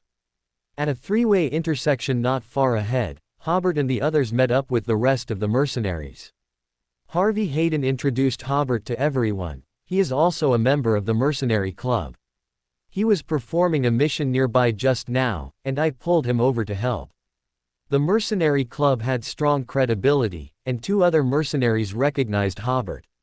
With their corroboration, the other mercenaries' trust in Hobert immediately increased significantly. Simon Vincent, the actual overall commander of this operation, also smiled and said, "We are short-handed right now, welcome to our team." Everyone had a few sips of water, and Simon began to assign tasks. First, he designated 2 people to guard the horses and carriages here, while Simon, Harvey Hayden, and a hunter would search the mountain. The remaining 6 people were divided into 3 groups of 2, each guarding one of the 3 directions facing the road, waiting for Simon and the others to drive the thieves out of the forest. The other side of the road was deep in the mountains. If the 3 thieves still had their wits about them, they wouldn't enter the deep mountains. Hobert and a mercenary named Vico reached their designated position. They found 2 adjacent trees and climbed up to wait from a higher vantage point. They waited for over an hour, and the 2 of them, a bit bored, chatted idly. Just as they were discussing the corn laws, Hobert suddenly felt as if he had entered a state of drowsiness, but then he immediately woke up. Before he understood what was happening, he saw Vico nearby, his eyes blank, motionless, and stiffly sitting on a tree branch. The psychological spoon in his clothes suddenly felt warm, and Hobert realized that he had just been subjected to a psychological attack. At this moment, a middle-aged man in luxurious clothes jumped from the ground to Vico's side. The middle-aged man seemed not to have noticed that Hobert still maintained his will. He asked, "What's your name?" "Vico," With a vacant stare, replied, Vico. Hobert quickly pretended to be stiffly sitting on the tree branch. The enemy's situation was unclear, so of course, he had to pretend to have been controlled by the other party. The other party asked Vico again, what are you doing here? Vico described their plan in detail. The middle-aged man jumped down from the tree. Hobert vaguely heard him say to another person, confirmed, they are mercenaries hired by Count Vincent to catch thieves. Then don't disturb them. Yes, the middle-aged man jumped back onto the tree and said to Hobert and Vico, you will ignore the convoy passing through here in a while. Vico nodded blankly, yes. Hobert felt the psychological spoon getting warm again, clearly having blocked another mental attack for him. He also quickly nodded along, yes. One more chapter. After the middle-aged man left, Vico seemed to suddenly wake up from a trance. He chuckled, you're right, the corn laws did indeed reduce the income of many landed nobles. Hobert lamented inwardly, this is the terrifying aspect of the audience. That middle-aged man clearly knew all the information, but Vico didn't notice it at all. If Christine hadn't given me the psychological spoon this morning, I probably would have fallen for it too. Hobert chatted absent-mindedly with Vico, waiting for the approaching convoy. After about 2 or 3 minutes, they heard the sound of horse hooves on the road. These horses were clearly well trained, with almost no neighing. Hobert occasionally glanced at the road out of the corner of his eye. It was a team of heavily armored knights. They were tall and imposing, and the metal masks on their faces made them look expressionless, like zombies. No matter how imposing this cavalry team on the road was, Vico, less than 10 meters away, seemed to not see them at all. He was still paying attention to the situation on the mountain while chatting with Hobert. About 2 or 3 minutes after that cavalry team passed, another cavalry team arrived. Compared to the previous cavalry team, Hobert could clearly feel the pressure emanating from this team, indicating that many Beyonders were among them. Escorted by the cavalry, 2 luxurious carriages slowly drove forward. Both carriages bore the royal crest and the symbol of a crown. Such a configuration indicated either the king or the crown prince. This was the grandest display Hobert had seen since his transmigration. It was laughable that with so many cavalry and carriages passing by, Vico remained oblivious. Hobert felt that he and Vico at that moment were like 2 monkeys, being played with by these luxuriously dressed people. It took a full 10 minutes or more for the convoy to completely pass. Hobert breathed a sigh of relief. He estimated that this was the surprise the extraordinary characteristic aggregation law had in store for him. George III was very likely in one of those carriages just now. But why would the king appear in the wilderness? Hobert guessed that he was most likely inspecting the mausoleum being built for him, or perhaps he was simply visiting the mausoleum to establish a subtle connection. As for where the other party's mausoleum was, Hobert didn't want to know at all. He sighed. Although he carried all the powerful magical items and sealed artifacts with him, compared to George III's guard, it was like the difference between a 3-year-old child and a giant. Fortunately, the other party was also acting stealthily, otherwise, he and Vico would most likely have been arrested and interrogated, or simply killed. After all, they were ambushed on the king's inevitable route, which looked very much like they were lying in wait for the king. Then he wondered if George III had already accommodated the Black Emperor's uniqueness. When he was promoted to barbarian before, there was still no clear gibberish in his ears. Could it be that George III was still only sequence 1? The Augustus family controls the arbitrator sequence pathway. As a prince of the direct family line, he must have consumed the arbitrator pathway's potion from a young age. It's very likely that he only switched to the lawyer pathway at sequence 2 or sequence 1. Perhaps it was precisely because George III switched from the arbitrator pathway to the lawyer pathway that his influence on the lawyer pathway was not significant. Hobert suddenly felt his thoughts in disarray, and it was also the first time he had felt the pressure of a high-sequence Beyonder of the lawyer pathway. He even had the urge to leave immediately, but that might actually draw attention to him. He could only compose himself and wait for the thief to be caught. Seeing that Hobert seemed to be losing focus, Vico smiled and reminded him, when doing a mission, you must concentrate. That is what makes a qualified mercenary. Look at me, even though I'm chatting with you, everything around me is under my control. No one can escape my eyes. Hobert didn't know whether to laugh or cry. I don't even know what to say. To be honest, an entire cavalry regiment just passed right in front of your eyes. Time flew by. After waiting for another half an hour, gunshots came from another ambush location. Hobert and Vico immediately jumped down from the tree and went to support them. The gunshots were sporadic and getting closer and closer. The other party was chasing the thieves and heading their way. When Hobert saw two thieves running towards them in a panic, he quickly fired a shot into the sky. Firstly, to scare the thieves, and secondly, to inform the mercenaries chasing behind them of his and Vico's position, to avoid being accidentally hit by friendly fire. Upon seeing Hobert and Vico, the two thieves immediately ran in another direction. But it was too late. Hobert quickly caught up, hitting one thief's back with his cane. The cloth bag in the thief's hand dropped, and due to inertia, he ran 2 more steps before falling to the ground. The other thief had also been subdued by Vico.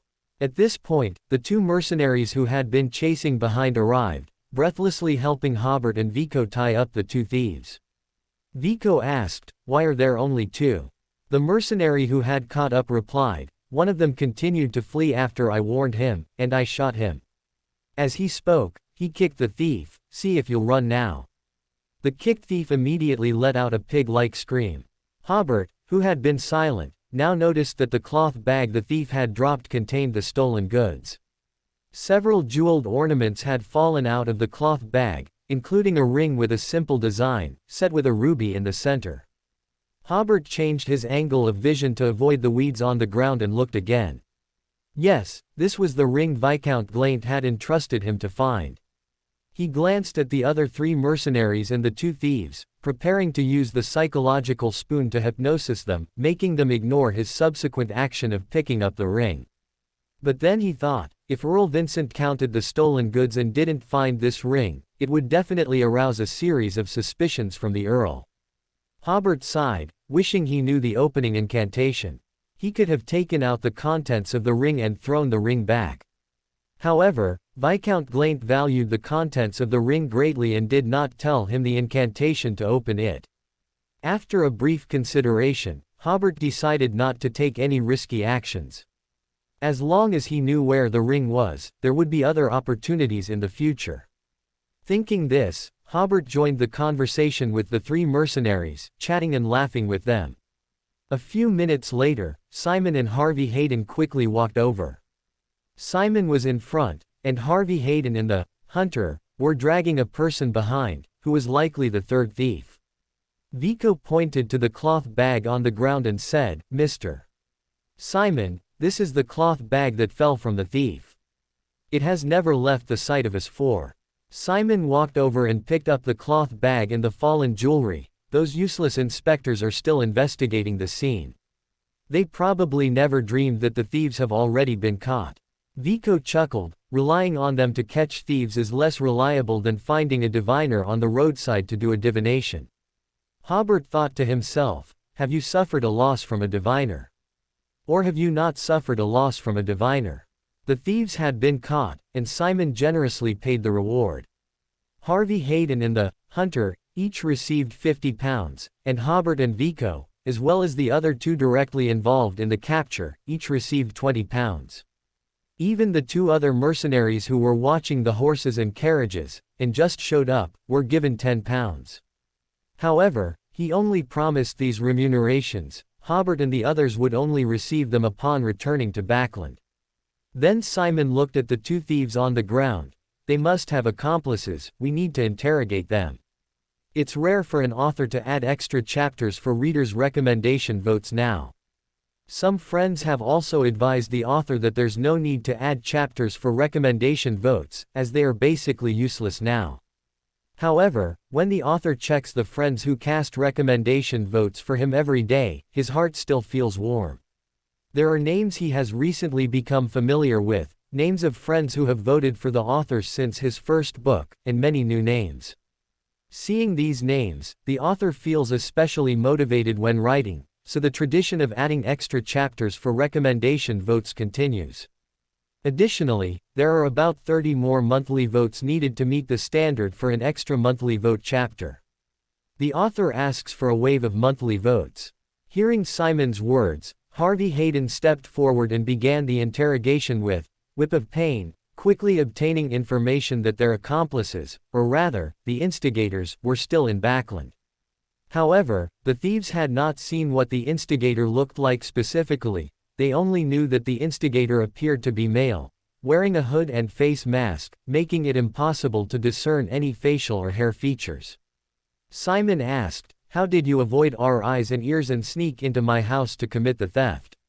With Harvey Hayden nearby, the thieves felt immense pressure, as if a whip that would bring them endless pain was raised high, ready to fall if they didn't tell the truth. "There's no need to deliberately avoid anyone," one of the thieves said. "When we entered the Earl's mansion, we didn't encounter a single person." The several mercenaries exchanged glances. How was that possible? Would the Earl's mansion not even have a night guard? Simon coldly said, "You are lying." Harvey Hayden immediately put more pressure on the thieves. The whip of pain seemed ready to fall at any moment. The thieves' spirits were already somewhat broken, and they cried profusely, saying they were not lying. Simon frowned deeply and waved his hand at Harvey Hayden. Only then did Harvey Hayden let go of those thieves. Hobert had already understood that it wasn't that the Earl's mansion had no guards, but that the instigator behind the scenes had cleverly avoided all the guards, or had deceived their sight and hearing. These thieves were completely used by someone, even their act of theft was suspicious. No matter how bold they were, they wouldn't be foolish enough to steal from Earl Vincent, who was in good financial standing. After the interrogation, Simon smiled at Harvey Hayden and said, "If you can catch the instigator behind this, I am willing to pay a reward of £500. Harvey Hayden did not explicitly agree. As you can see, the instigator behind them does not seem simple. "I can only help you keep an eye out for relevant information." "Good," Simon immediately said, "if effective clues can be provided, I will also pay a reward of £20 to £50. The several mercenaries exchanged glances, their eyes lighting up, but they also knew in their hearts that this commission could probably only be completed by Harvey Hayden, who was a middle sequence. The group, escorting the three thieves, began their return journey. Harvey Hayden sat in the carriage with Hobert, who was not riding a horse. Before getting in, he said to Vico, "Go to the lumberjack's house where we got water at noon and tell them the thieves have been caught, so they can rest assured." Vico agreed and rode away from the convoy to deliver the message. The carriage slowly drove towards the city. Harvey Hayden looked at Hobert and smiled. "Every time I see you, it reminds me of the days fighting behind Commander Christine and Commander Rex. Back then, I was just a small soldier, a witness to their legendary lives. Because these two commanders were there, the Fursac people became polite, the Fenaport people became fond of reasoning, and the spiritual teachings order people disappeared." He sighed. "It's a pity, both commanders were soon transferred back to ruin." Hobert followed up on the topic and asked, "Are you still Rex's subordinate?" He had been waiting for Harvey Hayden to start reminiscing about the past. Harvey Hayden nodded. "You must have heard many stories about Commander Rex, right?" "Yes, but after returning to ruin, their legend seemed to end." "That's because Commander Rex couldn't stand the royal family." Harvey Hayden looked outside and, seeing no other mercenaries beside the carriage, he whispered, "Commander Rex couldn't stand the faces of those in the royal family, so he chose to leave the army." It is said that at that time the royal family wanted to round up Commander Rex, but that was Commander Rex, so the round-up operation, of course, failed. Hobert asked, "What happened next?" After that, Commander Rex was completely free. Although the military and the royal family have always been hunting him, he often appeared in Backland. Harvey Hayden laughed. "We always believed that Commander Christine never left the army precisely to always be Commander Rex's inside man. But every time he delivered a message, he must have done it very cleverly, no one could catch them." Ha ha ha, their cooperation has always been so tacit. Hobert then asked, do you know anyone who understands Rex after he returned to the North Continent? Yes, your father. But he never tells me about their experiences after returning to Backland, he only wants to talk about their stories on the South Continent. Harvey Hayden's expression was somewhat dim. I think Commander Christine, who lost his close friend, must have had a very difficult time these past few years. The memories after returning to the North Continent must be too heavy for him. He was silent for a few seconds and then said, you can go find Dix. He used to be Commander Rex's guard captain. I heard that he always followed Commander Rex until the commander's death, when he started his own business. Hobert quickly asked again, where can I find him?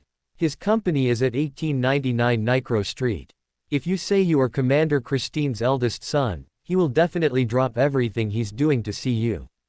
Hobert quickly took out his notebook and wrote down the address.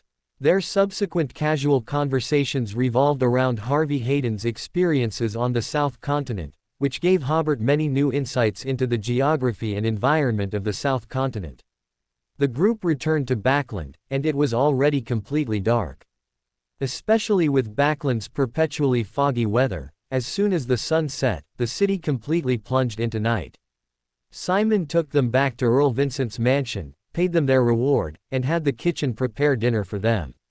After dinner, Hobert and Harvey Hayden exchanged contact addresses, then each took a rented carriage home. Hobert did not immediately go to Viscount Glaint to tell him about the ring. It was not until the next morning that Hobert arrived at Brulint's mansion, and upon meeting Brulint, he immediately asked, what time is it now? Viscount Glaint immediately understood Hobert's meaning, took out his pocket watch, and showed it to Hobert. The hands were unmoving.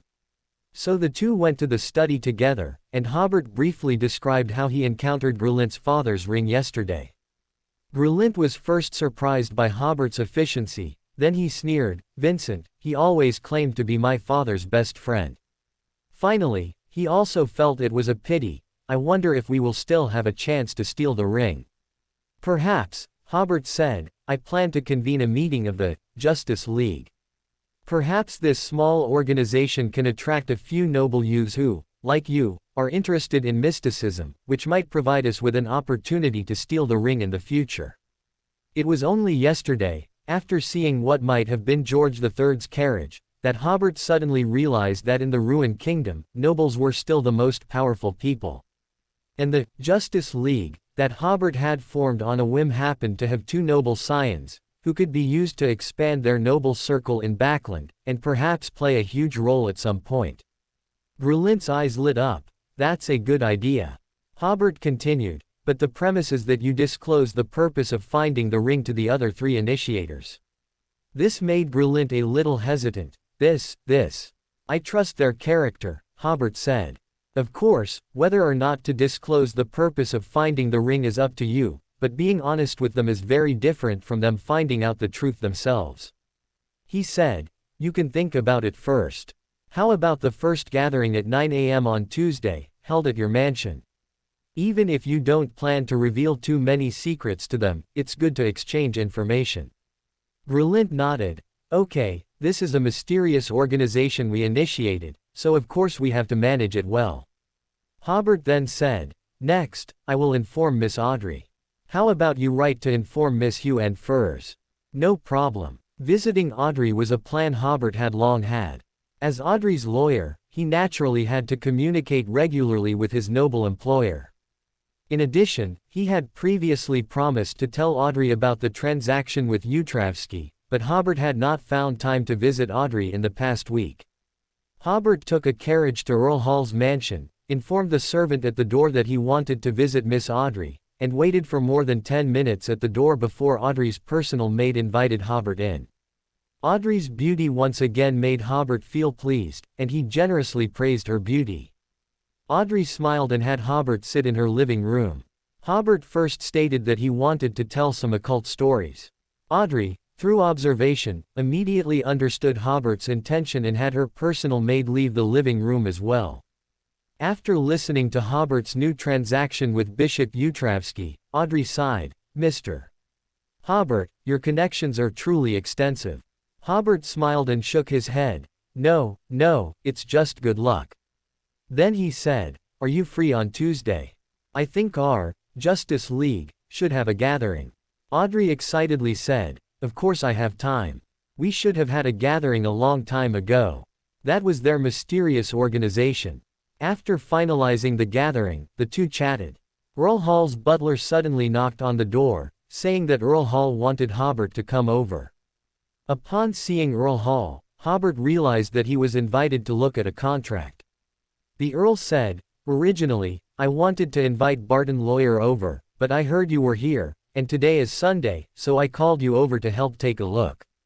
Hobert smiled, happy to serve. Opening the contract, Hobert's eyes narrowed slightly. This contract was actually a land transaction between Earl Hall and Earl Vincent. It was a piece of mountain forest with no special products, in the eastern suburbs of Backland, not far from where Hobert caught the thief yesterday. Hobert guessed that this transaction must have some intrinsic connection with George III's outing yesterday. However, he had no intention of actively investigating what the specific connection was. Hobert carefully read the contract once, pointed out 2 places that might cause ambiguity, and then offered revision plans. Finally, Hobert said, was any mineral vein discovered in that mountain forest? Why would Earl Vincent be willing to buy it at a price higher than the market price? He said, according to the contract law, contracts that are higher or lower than the market price may be voided. I suggest that Earl should roughly figure out the reason why Earl Vincent bought the land to avoid potential disputes. Your advice is as professional as Barton Lawyers. Earl Hall smiled and casually said, I have already investigated. Earl Vincent wants to convert that place into a hunting ground. This land has not been developed in my hands, so it's better to do Earl Vincent a favor and sell the land to him. Hobert complimented, you are the wisest Earl I have ever met. So far I've only met one Earl. The reason given by Earl Vincent, in Hobert's opinion, seemed more like a deliberate cover-up.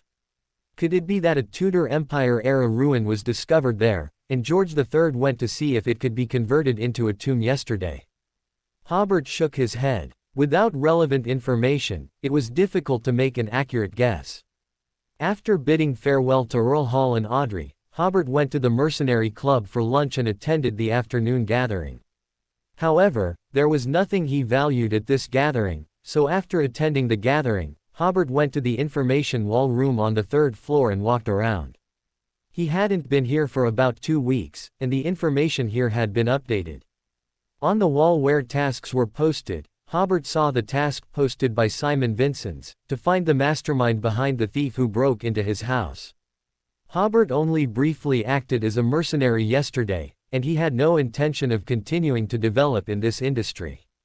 Even if he had the intention of being a mercenary, he would not take on such a high-risk commission. Continuing to look down, another commission caught Hobert's attention. The cult stronghold in South Wales County had previously been destroyed by mercenaries who took on the task. However, not all cult cadres were captured. According to reliable sources, 2 cult cadres escaped to Backland and are likely hiding in the Eastern District, where public order is chaos. So the new task is to capture or kill these 2 cult members, dead or alive. The bounty for one member is as high as £200, and those who provide effective clues can also get a commission of £10 to £30. Specific information can be obtained from the waiter. Hobert felt that this commission was very suitable for Hugh to do. He could pass this information on to Hugh, and if Hugh completed the commission, he could symbolically collect a certain percentage. He could even provide some help. After all, only when Hugh had money could she buy the extraordinary characteristic left by the sheriff in his hand. While going to the waiter for more detailed information, Hobert sighed that he was truly like a competent account manager, worrying so much for his clients. After getting more specific information, Hobert finally knew why their bounty was so high. It turned out that the 2 cult members were both Beyonders of Sequence 9. Hugh, among Sequence 9 Beyonders, was a relatively strong Beyonder, so taking this task was no problem at all. Putting away the information, Hobert continued to look down. Other commissions were either for teams or required going to other places, which were not suitable. Then he went to look at the transaction information and free exchange information, and one piece of exchange information caught Hobert's attention. The person who left the message said that he saw a stone suddenly surrounded by a halo of light, and then the stone turned into sand. He was very curious about what happened. Hobert thought to himself, this was an ordinary mercenary encountering an extraordinary incident, and it was an extraordinary incident that showed chaos power. Just as he was wondering whether to popularize basic occult knowledge to this gentleman, he suddenly thought, since chaos power can turn stone into sand, can it shatter extraordinary characteristic? Hobert remembered that a sequence 2 angel possessed enough power to shatter extraordinary characteristics, which would then recondense, thereby removing some of the corruption or curses within them. The briber, extraordinary characteristic Hobert was about to obtain, and the corrupted baron, extraordinary characteristic he had already obtained, each contained an extraordinary characteristic of a lower sequence. Of course, after consuming such an extraordinary characteristic, the corresponding abilities would be enhanced, but this would also put pressure on Hobert's spirituality. Hobert had previously considered that if the briber, extraordinary characteristic only contained the main material of the briber, that would be best, as sequence 7 was a crucial threshold. Once he crossed sequence 7, having extra extraordinary characteristics when consuming the corrupted baron, extraordinary characteristic would not be as difficult to accept. On the contrary, this was a path to becoming stronger. Hobert had also envisioned solutions. One was to find an anomalous, or a corresponding sealed artifact to separate the obtained extraordinary characteristics one by one according to their sequence. Another solution was to use a high-sequence sealed artifact or ask an angel to shatter the extraordinary characteristic. However, Amonless was a demigod, and angels were sequence 2, not to mention where to find them. Even if he did, they wouldn't help a sequence 8 for no reason. Regardless of the solution, it would be difficult to achieve, so Hobert gave up after just a thought. But seeing this information today gave Hobert a sense of connecting the dots. The country of disorder represented the shadow of order, operating outside of conventional logic was its basic mode of operation. It was worth trying to use the high-level chaos power from the country of disorder to shatter the extraordinary characteristic, and then exert influence to make the extraordinary characteristic recondense according to its sequence. Thinking of this, Hobert immediately took a hansom cab to 192 Blanca Street. While the mercenary club did have rooms available, there were many arbitrator beyonders there, and Hobert feared they would detect him when he entered and exited the country of disorder. Returning to his bedroom, Hobert drew the curtains and immediately entered the country of disorder. Sitting on the iron throne, Hobert looked at the stone platform beside him, finally choosing a barbarian, extraordinary characteristic for his experiment. When he had previously obtained those two barbarian, extraordinary characteristics from the Night Watchers, he had brought them into the country of disorder by sacrificing them to himself. At the same time, if the teleportation statue was not in use, it was also kept in the country of disorder. After all, it was a sealed artifact, not a magical item, and carrying it around constantly would not only cause spiritual fatigue but also likely lead to missing the opportune moment to use it when needed. With a wave of his hand, a barbarian, extraordinary characteristic appeared in Hobert's hand. He then mobilized the chaos power of the country of disorder, attempting to turn the extraordinary characteristic into a state of chaos. The extraordinary characteristic, enveloped by the chaos power, immediately trembled. It's reacting. Hobert immediately gathered more chaos power in his hand. The extraordinary characteristic trembled with increasing frequency, and finally, upon reaching the limit of the chaos power Hobert could mobilize, the extraordinary characteristic developed cracks, and then it transformed into a viscous chaos state. Sweating profusely, Hobert had no time to celebrate. He cautiously divided this chaos state substance into two parts, then placed them on the left and right sides of the iron throne, respectively. Hobert let out a long breath. He felt the limit of power in the country of order for the first time. It wasn't that this was the limit of the country of disorder, but rather that as a sequence 8, shattering an extraordinary characteristic was already the limit of his use of the country of disorder. Of course, Hobert would not naively believe that he possessed angel-level power. This was because he himself possessed an abundance of mystical knowledge, coupled with the special attributes of the country of disorder, which allowed him, a sequence 8, to possess such power. It's estimated that other source materials couldn't easily achieve this. Just as it was difficult for the country of disorder to grant Hobert abilities like Angel's Embrace. Hobert looked again at the two masses of chaos state, extraordinary characteristics. The chaos state was gradually disappearing, after which the extraordinary characteristics would condense separately, eventually becoming one barbarian, extraordinary characteristic and one lawyer, extraordinary characteristic. Hobert then turned his gaze to the teleportation statue. He had time today to try to enhance the statue's ability by leveraging the high-level nature of the country of disorder. With another wave of his hand, the teleportation statue flew into Hobert's hand, and he began to mobilize the power of the country of disorder, wrapping it around the statue.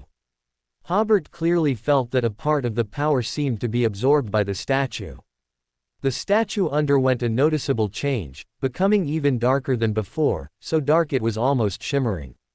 Removing the power of the country of disorder, and re-examining the statue, its ability had increased by about half. It could originally manipulate space within a 10-meter radius, which now became 15 meters. A distance of 15 meters could already be used for surprise attacks, such as hiding behind a wall and suddenly burying an enemy underground. The enemy would probably be completely bewildered at that moment. What happened? Why did it get dark? Who turned off the lights? I was eating hot pot and singing, and suddenly I couldn't see anything. He, just thinking about it is fun. The negative effects were also somewhat reduced. The soul and body would still be distorted every 20 minutes, but the first distortion would no longer cause irreversible damage, only causing some chaos in thoughts and mind, or the body not being controlled by the mind for a certain period. After finishing all of this, Hobert felt extremely tired. He placed the teleportation statue on the stone platform and left the country of disorder.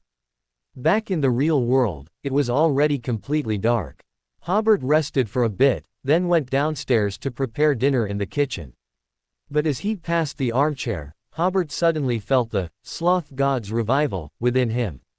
He looked at the kitchen, then at the armchair, and finally chose the armchair. At this moment, he recalled the convenience of takeout. If there was takeout, someone would deliver food to him while he lay in the armchair, but unfortunately, there wasn't. After lying in the armchair for a while, he finally got up as if he had made up his mind, put on his trench coat, and went to the nearby Dixie Flavor restaurant to solve his dinner problem. The middle-aged man, with shoulder-length, somewhat greasy hair, puffed on a cigar while looking at the materials in front of him. Finally, he slammed the materials onto the table. I spent £200 just to find out this trivial stuff. A man in his 30s wearing a top hat beside him said, "Alva, our clues are really too few." He was Boris, the greasy middle-aged man's assistant.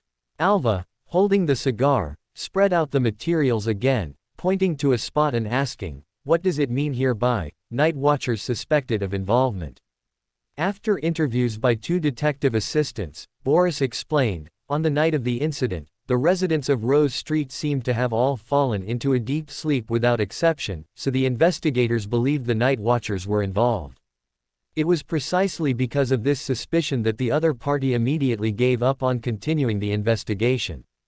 Nonsense. Boris said, "We've never provoked the night watchers, so why would they kill our people?"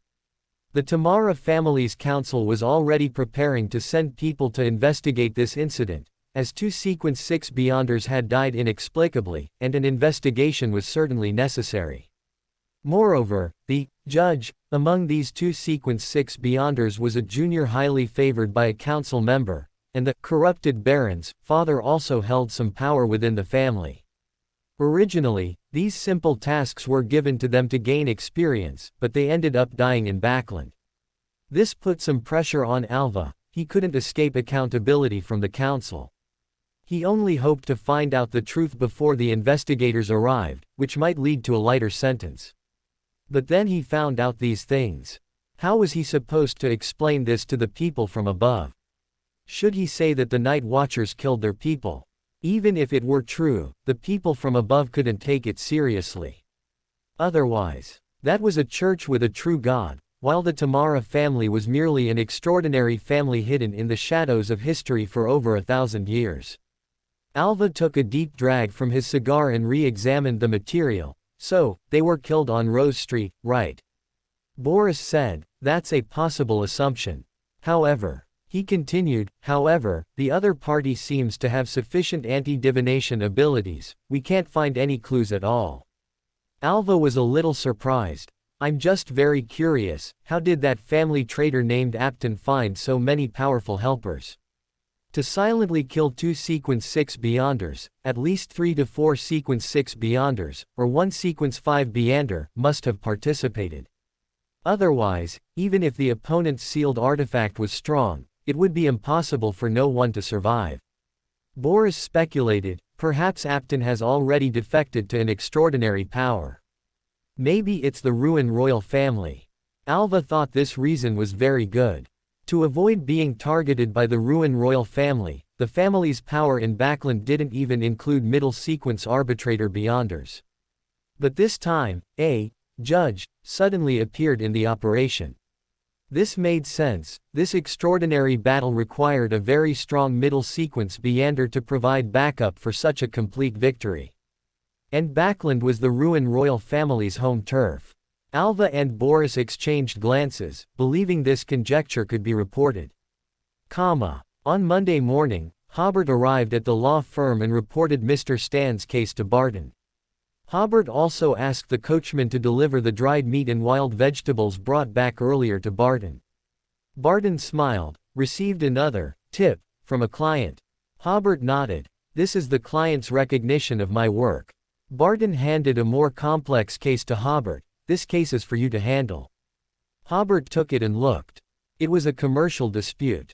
Such cases had no loopholes to exploit and were uninteresting to him. He was about to refuse when he noticed, this is a Tingen City case. That's right, Barton said. There's still some time before the trial, so it doesn't conflict with the 2 cases you currently have. But be prepared for a business trip. I suggest you get to Tingen City by next Wednesday. Hobert put away the folder. Okay. He wondered if this was fate arranging for him to go to Tingen City. Otherwise, why would the reason to go to Tingen City be delivered to his hands like this? Hobert smiled. Even without this case, he would still have to go to Tingen City, otherwise, he would definitely have regrets. Throughout the morning, Hobert entered his slacking mode again, sitting in his seat, diligently, reading documents. By noon, Hobert sighed, noting that occasionally slacking off was beneficial for physical and mental health. In the afternoon, he went to visit clients, as usual on a Monday, and attended the Tarot Club punctually at 3 o'clock.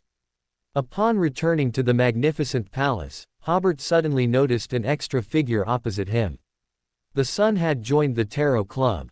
Indeed, the Fool, Klein introduced. This is the new member, the Sun. This is Miss Justice, this is Mr. the Hanged Man, and this is Mr. Emperor. The Sun, Derek Berg nodded slightly to everyone as a greeting. Justice, Audrey had already activated her audience mode, observing this new member. The Hanged Man, Alger, on the other hand, was guessing what was special about this new member. Ever since the Emperor joined the Tarot Club, Alger no longer dared to question Mr. Fool's motives and judgment in choosing participants. Since Mr. Fool valued the Emperor's erudition, what did he value in the Sun? Only Hobert was the calmest. He was considering whether to praise Mr. Fool later, while also making himself appear as if he knew the Sun came from the forsaken land of the gods. This would facilitate trade of extraordinary materials with the Sun, buying from the Sun, and then having Gale sell them here, a one-stop service. Unfortunately, Fool Express hasn't started yet, and the Sun doesn't use gold pounds. What would they use to measure their transactions?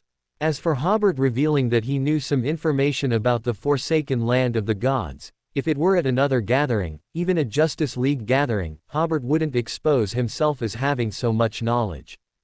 It was precisely because he understood, Mr. Fool, that he wasn't worried about being dealt with. After introducing the new member, the gathering officially began. Audrey found 2 pages of Rosal's diary and hoped to trade the diary for information on the Mind Reader potion formula. Derek blurted out, "The Mind Reader potion formula? Is it the Mind Reader from the psychoanalyst?" Audrey looked at him in confusion. "You know." At the same time, she instinctively sensed a problem with her audience ability. The other party used the ancient name for sequence 7, psychoanalyst, instead of the more modern, psychologist. How strange, this fellow. Audrey re-examined every move of the Sun. Derek didn't feel that he had shown anything unusual. He answered seriously, "I can help you get this formula." After saying that, he felt guilty because he couldn't produce it immediately and forced an explanation. "This is a sequence that originated from the dragon race, and our Silver City was once under the rule of the Giant Court. As you know, giants and dragons are mortal enemies, so Silver City has sequences 9, 8, and 7 of this sequence. I have a way to get it." Hobert smiled slightly. At the end of the day, the Sun was still a youth who hadn't experienced social beatings. His words revealed quite a bit of information. Giant Court, Dragon Race, Silver City. Audrey was a little confused. She first glanced at the Hanged Man, finding that he was equally shocked and puzzled. Then she looked at the Emperor, who still looked as usual. Mr. Emperor knows about Silver City. This was the common judgment of Audrey and Alger. But Audrey didn't know how to ask Mr. Emperor for a moment. She could only ask, "The Sun, Silver City. I've never heard of this place, where is it?" This time it was Derek's turn to be surprised. You are not citizens of Silver City. Which city-state are you from?" Silence fell over the hall for a moment. After a second or two, Hobert finally said, "I've read about the Silver Kingdom in books. If I'm not mistaken, you were abandoned by God." A more eerie silence fell over the hall. "Klein, the Emperor even knows about the Forsaken Land of the Gods." "Ah, that's right, he knows about the elf of the second epoch, so how could he not know about the Forsaken Land of the Gods?" Alger carefully savored every word from the Emperor, abandoned by God. Could it be the Forsaken Land of the Gods? He exhaled, recalling that in a previous gathering, he had just probed Mr. the Fool about the Forsaken Land of the Gods, and now, just a few weeks later, Mr. the Fool had actually brought in a member from the Forsaken Land of the Gods. He thought to himself, I knew it, the new member chosen by Mr. the Fool must have something special about him. Also, the Emperor seems to know a lot about the Forsaken Land of the Gods, his knowledge reserve is simply terrifying. Audrey, on the other hand, was surprised by the phrase, abandoned by God. Oh my God, God. What does that mean? What does it mean to be abandoned by God? Could it be that God would actively abandon some people? Why would such a thing happen? Isn't God a supreme existence? Why would Silver City, or rather, the Kingdom of Silver, be abandoned by God? Goddess, where exactly does the Sun come from? Upon hearing Hobert's words, Derek's expression darkened slightly. No, Mr. Emperor, the Almighty God would not abandon his people, he merely abandoned this land. Alger leaned back in his chair. He really is from the Forsaken Land of the Gods. Audrey's heart was now filled with shock. God abandoned that land. Oh my God, what are they talking about? Why do I understand their words but not their meaning? Hobert first bowed to Klein. Please accept my respect. I never expected to see a citizen of the legendary, Forsaken Land of the Gods in my lifetime. Klein appeared calm on the surface, but inwardly he breathed a sigh of relief. Sometimes he was afraid of exposing himself in front of the knowledgeable Emperor. Sometimes he even wondered if he should find a reason to temporarily prevent the Emperor from appearing at the gathering. However, the Emperor's current respect made Klein abandon this plan, and he sighed inwardly. Only those who know about the forsaken land of the gods understand the significance of the sun attending the gathering. And the Emperor is someone who knows his stuff. The power I displayed today is enough to shock him. Hobert, of course, did not know the inner thoughts of the great Mr. the Fool. His previous performance was merely a commercial compliment. Then Hobert turned to Derek. 7 new gods protected the people of the North Continent and the South Continent. Alger's eyes narrowed. 7 new gods. New gods. Audrey protected the people of the North Continent and the South Continent. Of course, we are under the protection of the gods, goddess. Does the sun not even know such common sense? He is not from the North Continent or the South Continent. Derek was first excited, thinking there were new gods protecting the human world. Then he became a little dejected. Why doesn't the Almighty God protect us anymore? The hall fell silent again. This was the 3rd time the gathering had fallen silent today. Whether it was Audrey, Alger, or Derek, today's gathering had shattered many of their preconceived notions. After a long while, Hobert spoke again. Sorry to interrupt your transaction, you can get the mind reader potion formula, right? Derek nodded. Hobert asked again, what do you want to get? I want to exchange it for the initial sequence of the sun pathway. Next, Klein initiated a 3-way transaction, where he would provide Derek with the Singer potion formula, and Derek would provide Audrey with the mind reader potion formula.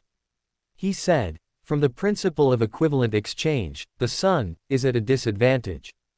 After Miss Justice obtains the mind reader formula, we can consider how to compensate him, or I can compensate him, and Miss Justice will provide money to one of my dependents. He needs to do something recently. Haha, this is because the sun cannot receive cash or material compensation from Miss Justice. These words meant that Mr. the Fool confirmed that the sun was from the forsaken land of the gods, otherwise, how could he not receive cash and compensation? Aside from Hobert, no one noticed that Mr. the Fool's emphasis was on, Miss Justice will provide money to one of my dependents. Hobert immediately felt like a wheel was rolling forward. When Klein used the funds provided by Audrey, that would be the time his life and destiny underwent a huge change. After completing the 3-way transaction, Klein began to read the diary provided by Audrey. Today's diary described content related to adjacent pathways. Klein recalled the conservation of extraordinary characteristics mentioned by the Emperor at the last gathering, and he immediately understood that the conservation of extraordinary characteristic could also extend to adjacent pathways. In other words, meander of adjacent pathways would regard each other as mortal enemies. If he thought deeper, the Church of the Night Goddess and the War God Church are mortal enemies. Does that mean these 2 pathways are adjacent pathways? All of a sudden, he understood many issues. After Mr. the Fool finished reading the diary, Hobert asked Alger, do you have any new progress in your exploration? Alger said, I am currently dealing with another matter. He said to Hobert and Audrey, I have something I hope you can help me with. Audrey asked with some confusion, what kind of help? Hobert thought to himself, is it Keelinger's turn so soon?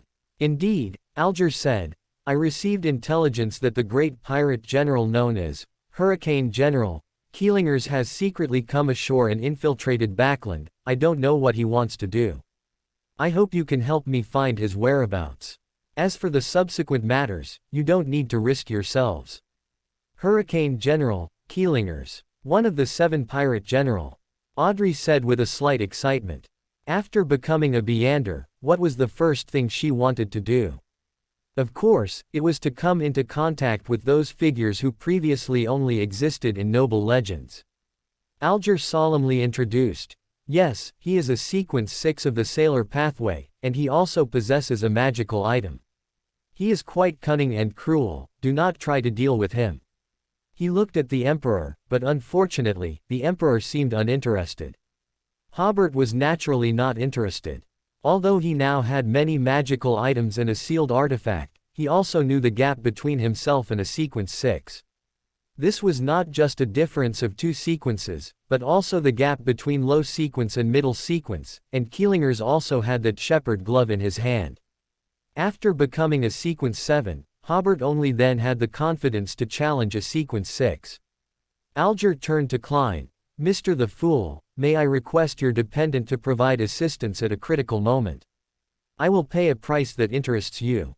Hobert then remembered that Mr. the Fool's dependent, Mr. Azek, seemed to be in Backland right now.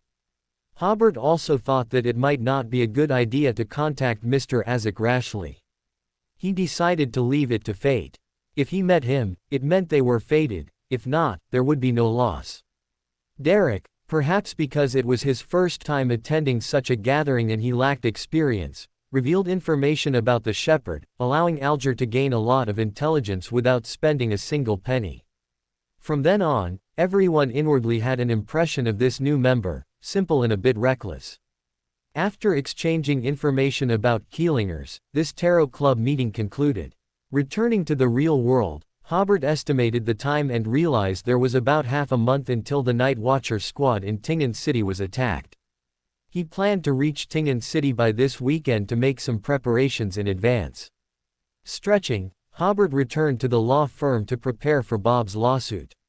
Logically, the defense lawyer should have contacted the plaintiff's lawyer for communication, but the other party had not come at all, indicating no willingness to communicate. Hobert thought, if they don't want to communicate, then don't. Regardless of communication, this lawsuit will be a tough fight. South Continent, Crowley City. Late at night, Elliot and his roommate were woken by a servant and told that Elder Calvin wanted them in the living room. General Anthony had arranged their lodging in the suburbs of Crowley City. It was very quiet late at night, with the sounds of jungle beasts in the distance and seemingly close by night insects. On the way to the living room, Elliot met companions from other rooms, and they all went to the living room together. What action would there be tonight? Elliot immediately put himself in optimal condition. Soon after arriving in the spacious living room, other companions gradually entered. They silently stood on either side of the hall, showing great understanding. "The negotiations have reached their final stage," Calvin began. "No matter the negotiation, strength is the most important bargaining chip." He continued, "Tonight is the moment to demonstrate our strength. When we first arrived in Crowley City, I intentionally revealed that we were the Bach family delegation. The Rose School, through continuous reconnaissance over the past few days, believes they have ascertained our strength and has dispatched a demigod, preparing to completely eliminate everyone in the delegation." Everyone knew that Calvin was currently a sequence 5. Even with a sealed artifact, it would be difficult for him to contend with a demigod, who had undergone a fundamental qualitative change. However, no one was flustered, because since Calvin had planned everything in advance, he must have made arrangements. "Of course, we've also made some preparations," Calvin continued. "In a moment, I will act as a decoy and immediately leave the inn. You should not linger in combat and quickly retreat. Once reinforcements encircle the enemy from behind, you can launch a counterattack at the appropriate time." "Yes," everyone roared. "All right, go back." As they walked back, they planned their escape routes and discussed with a few trusted companions to stay together to avoid being separated. Elliot also agreed with several companions to escape together, then returned to his room to await the enemy's arrival. Sitting on the chair in his room, Elliot was somewhat nervous. He had fought against members of the Rose School more than once, but those were all low-sequence enemies. He had only recently become a briber, and this was his first time participating in a middle-sequence battle, and a demigod was even involved. Just then, he saw his bedsheet suddenly come alive, wrapping around the pillow on his bed. His companion, sitting on the edge of the bed, was wrapped by his own bedsheet. He struggled a few times but couldn't break free, and it tightened even more. Elliot quickly used the short blade in his hand to cut the bedsheet on his companion, while also feeling a bit fortunate that he hadn't been lying on the bed, otherwise he would have been wrapped by the bedsheet too. He first cut the bedsheet around his companion's neck to prevent him from suffocating. As he continued to cut downwards, the bedsheet, like a soft-bodied animal such as an octopus or jellyfish, actually extended, tentacles, to grab Elliot's hand. He quickly took a step back. At this moment, the coat rack by the door also suddenly moved, rushing directly towards Elliot as if to knock down the human in front of it. Tables, chairs, and curtains all seemed to come alive, launching various attacks at Elliot.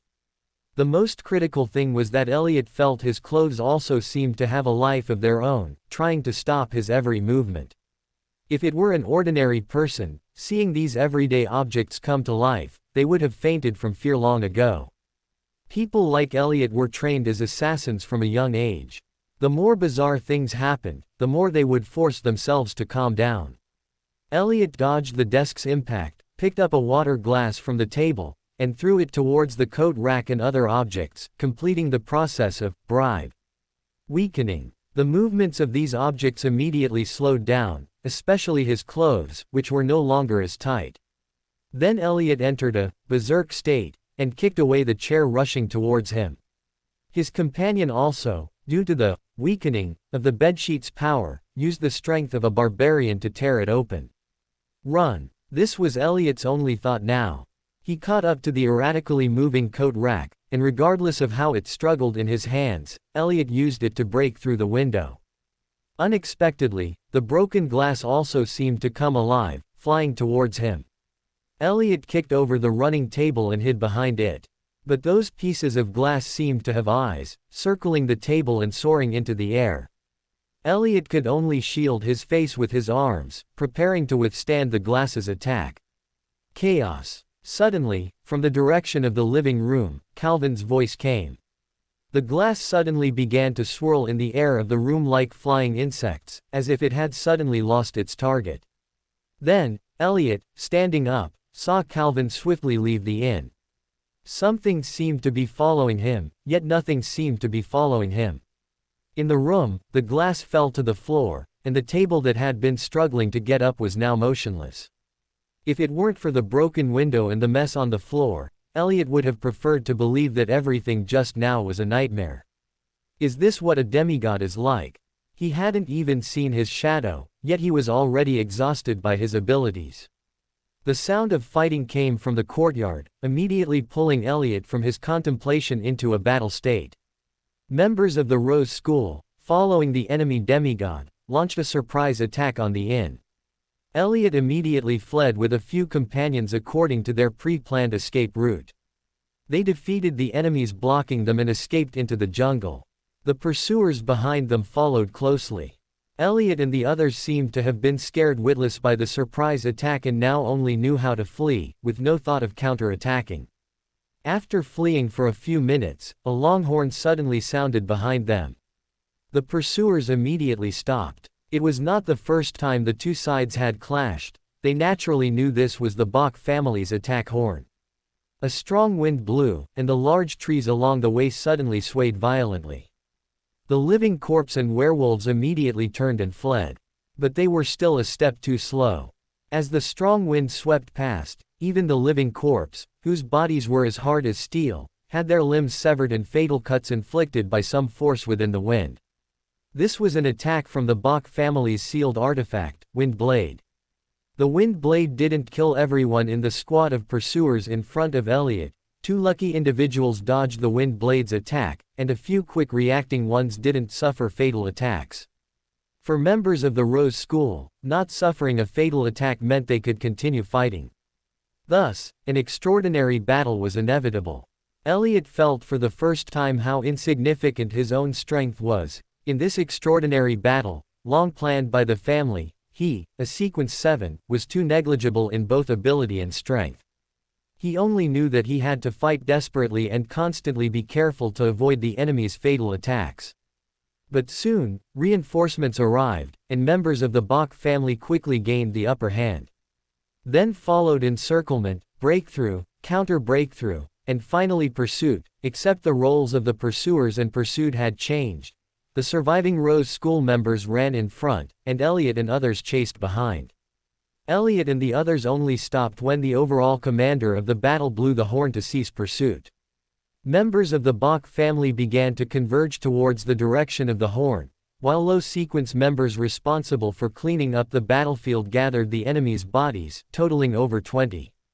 Smiles gradually appeared on the faces of Elliot and the others. This was a huge victory, having killed over 20 Rose School members in a single battle. Seeing the results, everyone felt that their desperate fight was worth it. Elliot, come here. Calvin waved from not far away. Elliot hurried over, and Calvin patted his shoulder. How are you? Are you injured? No. Calvin said as he walked, we just killed an important figure from the Rose School. The two walked out of the crowd, and Calvin said, I need you to perform a psychic reading on him. Elliot, who was following behind, was stunned. Uncle Calvin, I've heard the elders say that when we first became enemies with the Rose School members, we tried to use sealed artifacts for psychic readings, but each time there were terrible consequences. And I don't know how to do psychic readings. Calvin looked at Elliot and said, but he has crucial information about our family's curse. At this moment, the two came before a corpse, and Elliot looked at the corpse, falling silent. If I'm not mistaken, that information might subvert your cognition. Think of a way, Calvin said. I will create an undisturbed space for you. Of course, you can also choose not to do the psychic reading, but it will be a long time before you have another chance to access this information. After speaking, Calvin left. Elliot hesitated for a few seconds before thinking of praying to the Creator, who was interested in the Bach family's curse, hoping the Creator could give him some guidance. Great the Creator, according to Elder Calvin, this corpse contains crucial information about our family's curse, and he hopes I perform a psychic reading on it. But as far as I know, family members who tried to perform psychic readings on Rose School members all, without exception, died tragically during the process, and many terrible things happened as a result. Elder Calvin also said that if I don't do the psychic reading. Finally, he said, Great the Creator, I hope to receive your guidance. Please, may I ask for your power to perform a psychic reading?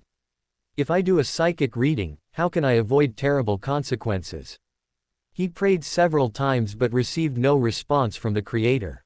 Just as he thought this meant the Creator did not recommend a psychic reading, the great figure sitting on the Iron Throne appeared in his mind. Pay attention to Calvin's wording, about, your. The reason Hobert waited so long to respond was that the Creator was sleeping just now. After being woken by Elliot's prayer, he immediately realized this was Calvin's test. Moreover, an outsider sees more clearly. According to Elliot's description, it sounded as if the Bach family needed to perform a psychic reading on this corpse to understand important information. But upon closer examination, one would find that Calvin's words conveyed a completely different meaning. Elliot immediately recalled where these two words appeared in the sentences. He has crucial information about our family's curse, and, if I'm not mistaken, that information might subvert your cognition.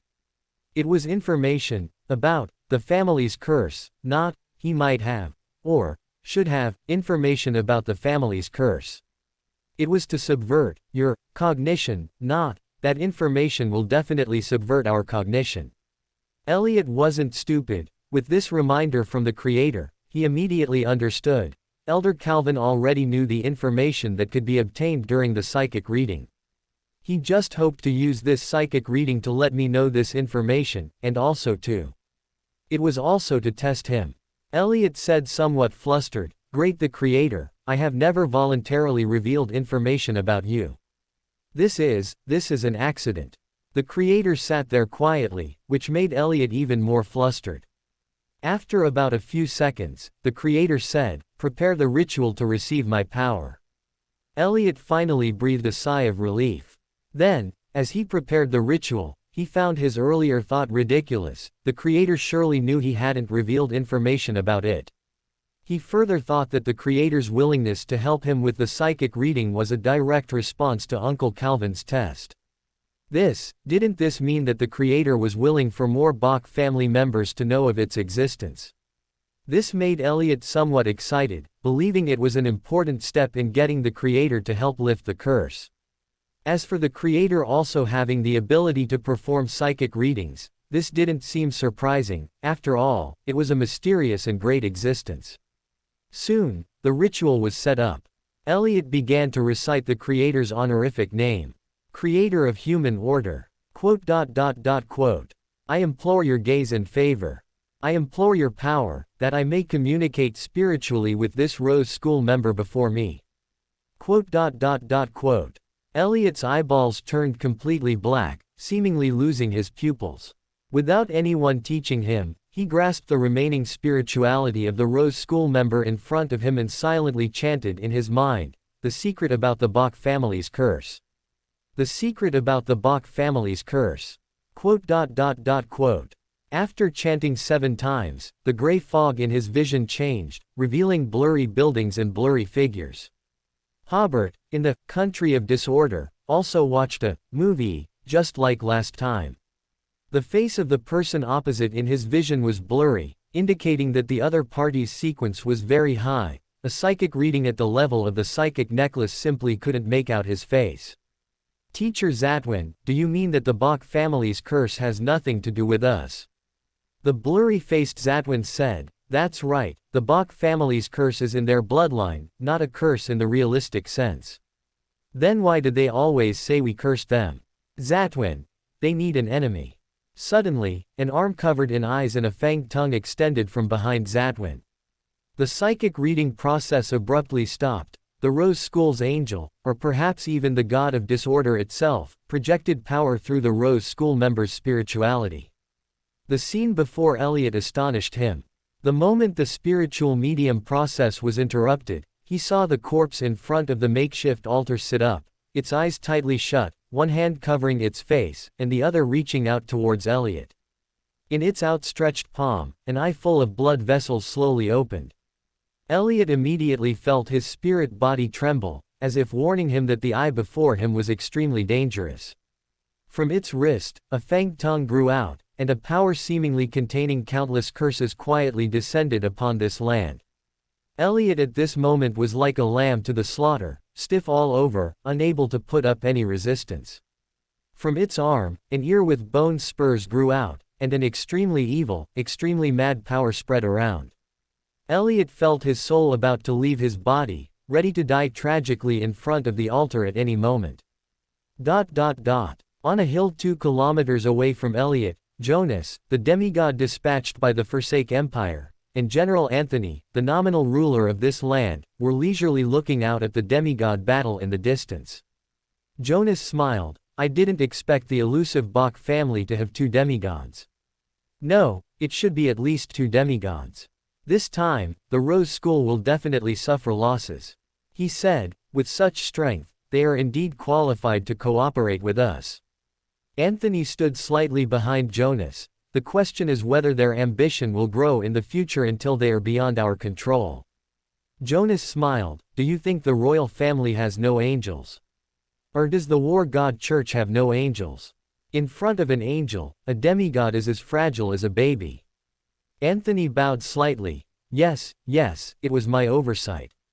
In any case, winning over such a powerful family is beneficial to us, Jonas smiled. Especially a family with a mortal enemy in the South Continent, they are the best partners for cooperation. Just as Anthony was about to offer a few compliments, suddenly, his spiritual perception detected a terrifying power descending from outside the battlefield. Jonas's expression also changed slightly. What terrifying existence have they provoked? About a kilometer from Elliot's spiritual medium, the 3 demigods engaged in fierce combat suddenly stopped all their movements and looked in Elliot's direction. Chester and another demigod from the Bach family exchanged glances. This was an unexpected situation for them. Was this the probing Calvin had mentioned earlier? It was too reckless. Such a probe would be enough to drive everyone in the nearby Crowley city into a state of madness. The demigod from the Rose School, however, was somewhat pleased. Their leader had made a move. None of the Bach family members would be able to leave here alive. Calvin, who was directing the cleanup of the battlefield, sensed the descent of that evil and mad power. Everyone looked in Elliot's direction, and the spiritual warning reminded everyone, a terrifying power was descending. Calvin said, "Attention, the demigods, battle is still ongoing. Drop all spoils of war and retreat immediately." The orderly retreat began immediately, though everyone was a bit curious. Do demigods really possess such terrifying power? Elliot was utterly despairing, never expecting to die so painfully. The faces of his mad sister and close friend appeared before his eyes, as if saying their final goodbyes. At this moment, Hobert in the country of disorder seized the opportunity and covered the corpse in front of the altar with surging power of order. Logically speaking, even with the country of disorder's blessing, Hobert would be no match for the entity projecting power onto the altar. However, the country of disorder's abilities can never be, logically speaking. Hobert certainly wouldn't choose to confront the other party head-on. He simply made the corpse in front of the altar restore order. The order of a corpse, of course, is the loss of vitality and the dissipation of spirituality. In this way, Hobert severed the connection between the corpse and the entity projecting power. This method of finding loopholes and using them is the correct use of the country of disorder. Hobert was absolutely confident, which is why he allowed Elliot to perform the spiritual medium. In front of the altar, the eyes, tongue, and ears on the corpse's arm quickly withered and turned black, like strange black sores. Thump! The corpse fell to the ground, black viscous liquid flowing from its eye corners, nostrils, mouth corners, and ear canals, completely losing all signs of life. Elliot was drenched in sweat, feeling as if he had died once. He chuckled. What was he thinking just now? With the Creator's protection, how could he possibly die? On the hill 2 kilometers away, Jonas and Anthony, who were about to leave, stopped and looked back. Anthony said with some confusion, "It disappeared. The Bach family actually defeated the terrifying power. Just now, he and Jonas were both prepared to abandon Crowley City." Jonas said with his arms crossed, "The Bach family's strength is even more unfathomable than we imagined." The demigod from the Rose School, sensing that the power projected by their leader had abruptly ceased, immediately fled without a second thought.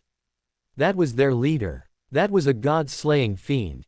To interrupt his power projection, it would require at least an angel-level figure, or a sealed artifact of that level.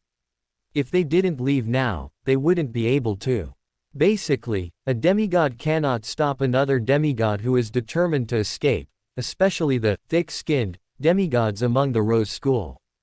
Ultimately, the demigod from the Rose School lost an arm to escape, which also marked the official end of the battle. Elliot stretched his limbs, tidied up the altar, and as soon as he stood up, Calvin quickly walked over.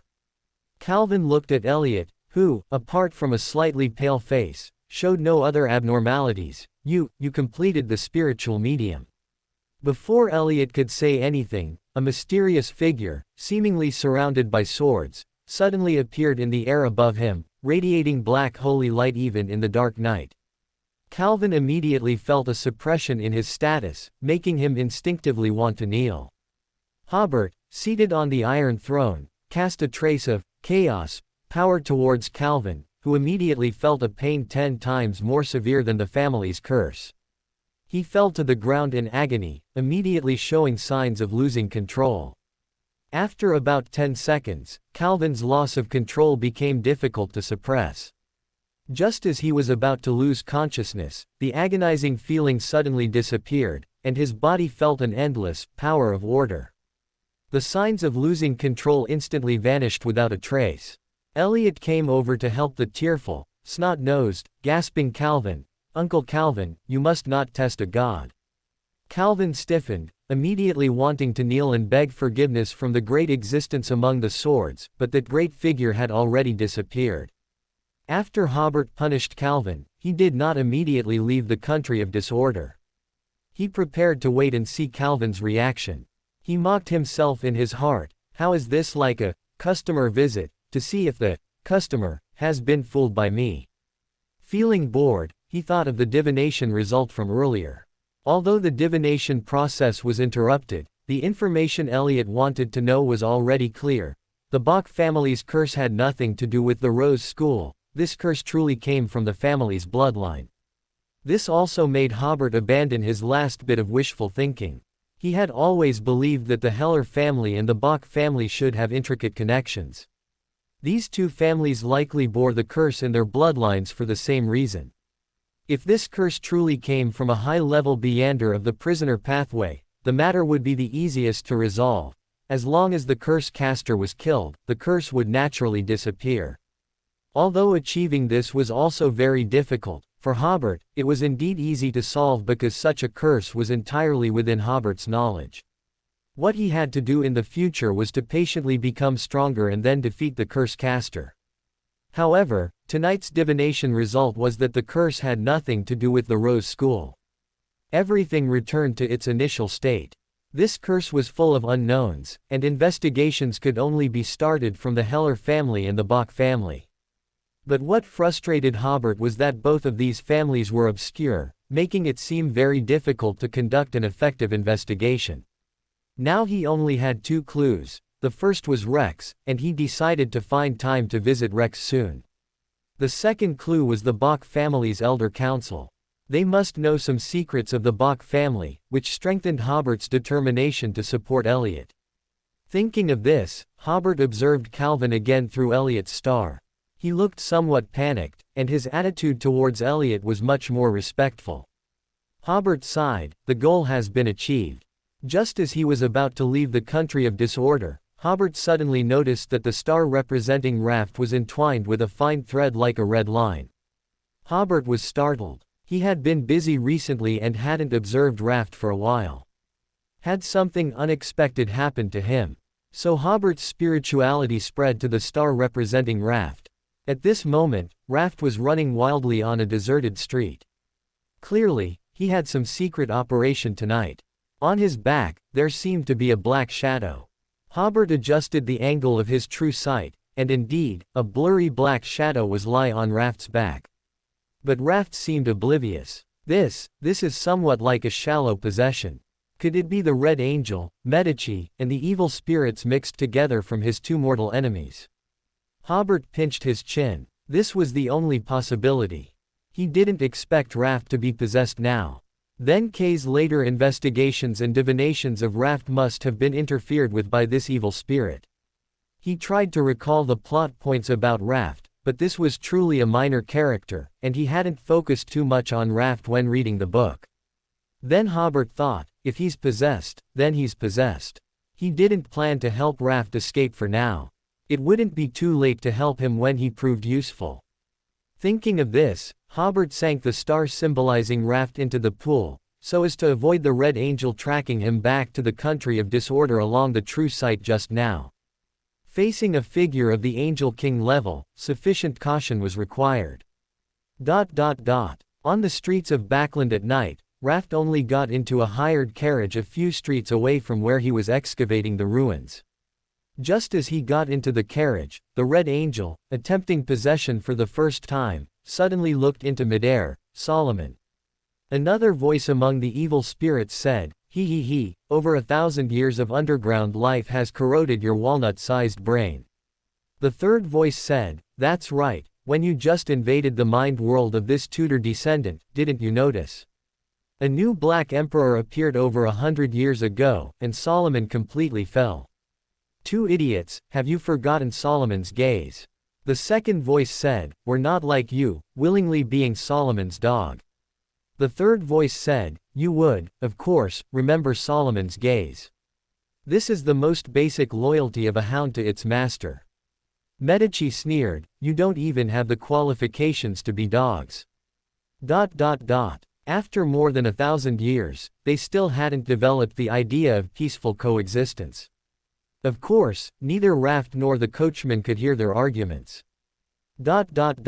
After leaving the country of disorder, Hobert looked at the dark ceiling in the darkness, listening to the occasional sound of hooves and neighs from the road outside, imagining the extraordinary battle outside Kurile City thousands of miles away.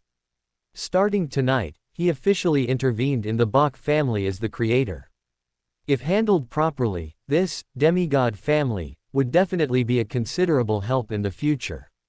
For example, in the future, if the creator sent one of his favored ones to the South Continent for training, requesting the Bach family to provide management rights over a small town. The Bach family secretly ruled many villages and towns in General Anthony's territory. To digest the Baron potion, wouldn't that be reasonable? Even if there were some mistakes, at most, it would only mean losing the channel to the South Continent. No one would connect the creator with a young ruined man from the North Continent. As his thoughts swirled, Hobert felt sleepy again. He smiled bitterly in his heart. Since he had revealed himself to the Bach family elders, the great creator would likely be forced to work frequently at night from now on. The next morning, Hobert yawned as he arrived at the law firm. After making an appearance, he went out to visit clients, and arrived at Viscount Glaine's mansion around 8:50 a.m. Shoe and Furs had just arrived as well. As they greeted each other, Audrey arrived. After everyone unanimously praised Audrey's beauty, they went together to Viscount Glaine's study. A long table and 5 chairs were already prepared here. There were no drinks or fruits on the long table, but rather a simple and ancient astrolabe. Audrey smiled. The astrolabe immediately fills this study with an aura of mysticism. Grelint smiled, very pleased with Audrey's compliment. Hobert also sighed in his heart, it's quite convincing. Several people tacitly gave the main seat to Hobert. He didn't stand on ceremony and sat in the middle, with Audrey and Grelint on his left, and Shoe and Furs on his right. The first meeting of the Justice League officially began. First, let's discuss the issue of admitting new members, Hobert said. I've thought of a development plan, please listen first. He continued, as the 5 founders of the Justice League, we 5 should always have the highest authority, including the right of initiative and the right of one-vote veto. For example, my current action to admit new members falls under the right of initiative. If anyone feels this initiative is inappropriate or does not align with their interests, they can exercise their right of one-vote veto. Then my initiative cannot be implemented in the Justice League. We need to renegotiate and propose a new initiative. This will be a power exclusive to us 5 founders. Future members will all be official members and probationary members. They will only have the right to speak, but not the right of initiative. Audrey asked, so, future members can only trade or exchange information at gatherings, and have no right to propose suggestions for the Justice League's development direction. Hobert smiled and said, exactly. The rudder of the Justice League can only be held in our 5 hands. Of course, everyone unanimously agreed to this proposal, which strengthened their own authority. Then Hobert added, I suggest that any new member developed by someone should sit behind that person during gatherings. At the same time, the person who introduced him to this gathering must be responsible for his words and actions. If 3 or more founders believe that a new member poses a threat to the Justice League, they can bypass the introducer to expel him and erase all his memories of the Justice League. Everyone was momentarily stunned, and then gradually entered the right mindset, beginning to seriously consider the issue of admitting new members. Miss Hugh raised her hand. As a mysterious organization, it would be ideal if we could erase the memories of those who leave. But how can we achieve this? Once Miss Audrey becomes a middle sequence meander of the spectator pathway, she will be able to do this easily, Hobert had planned ahead. Before that, I have a way to erase someone's memory, provided their sequence does not exceed mine, and the process is a bit cumbersome, but I can barely manage it. Of course, he would not easily expose that he had a related magical item. His previous statement was intended to guide them towards ritual magic. Miss Hugh and Furs believed this implicitly. They knew Hobert possessed extensive knowledge of the occult, so his ability to do this did not seem surprising.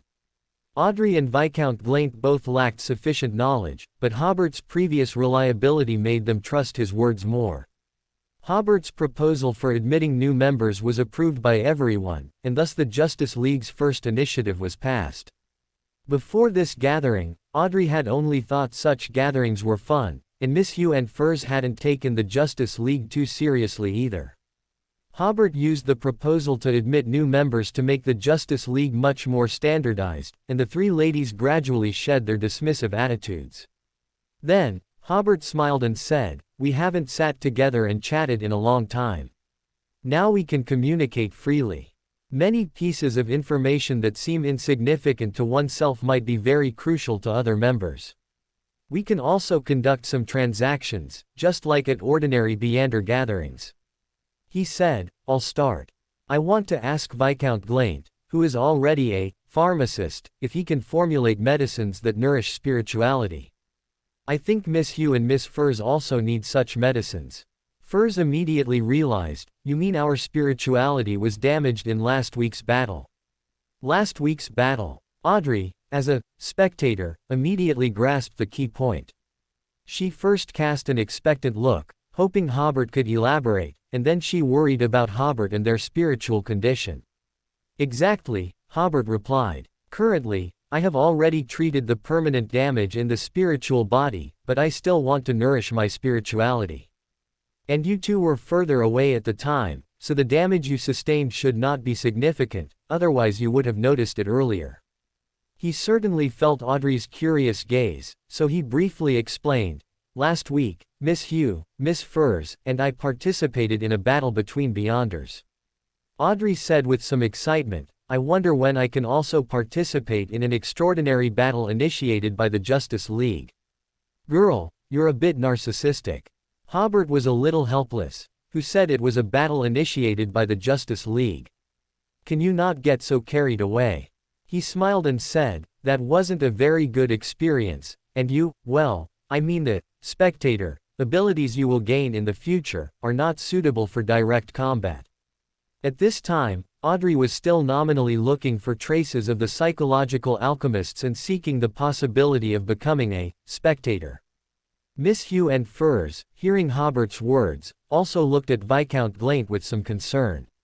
Viscount Glaint smiled wryly, I don't have such a potion in my memory. Hobert nodded and said, that's all right. Then he said to Miss Hugh and Furs, if I find such a formula through other channels, I will share it with you. Furs breathed a sigh of relief, thank you. Oh, right, Hobert said to Furs again, I have clues for the main material of Magician. If you need it, you can go through my channel, and I'll sell it to you cheaper. Furs immediately said, of course I need it. Audrey was slightly stunned. She remembered Furs once casually mentioning that the Magician potion formula was hard to find. Now it seems Furs found the formula. Could it be that she also got the formula from Hobert? Hobert nodded. I'll write to you once I get my hands on it. Then Audrey issued a commission to Miss Hugh to find Hurricane General Keelingers. Seeing everyone's surprised expressions, Audrey was a little smug, but it seemed Hobert's surprised expression was feigned. Did he already know about Keelingers in Backland? Miss Hugh was the biggest beneficiary of this gathering, as Hobert also commissioned her to find 2 cultists and stated that their bounty was £200 each. Miss Hugh showed great interest, as she rarely encountered such generous bounties. Audrey might have been afraid that her commission would not be taken seriously, so she added, the commission I offer will definitely satisfy you. Miss Hugh nodded repeatedly. In her opinion, these 2 tasks did not conflict. Hobert handed all the information about the cultists to Miss Hugh and helped her analyze it. Based on the descriptions in the data, these 2 Beyonders are 1 prisoner, and 1 pharmacist. As far as I know, there seem to be quite a few pharmacists in Backland, but prisoners are not many. Beyonders of this pathway are also relatively easy to find. The initial sequence potion gives them madness and desires far exceeding ordinary people. I estimate that cultists will not overly suppress their madness and desires. This is a very good breakthrough point. He added, if you find the people but are not absolutely confident in capturing them, you can ask me for help. Miss Hugh nodded, if needed, I will. The subsequent conversation became much more casual. Hobert said, tomorrow, I will have a lawsuit that is destined to be difficult to win, but I must fight it to the end. Everyone was curious and decided to attend the hearing together tomorrow.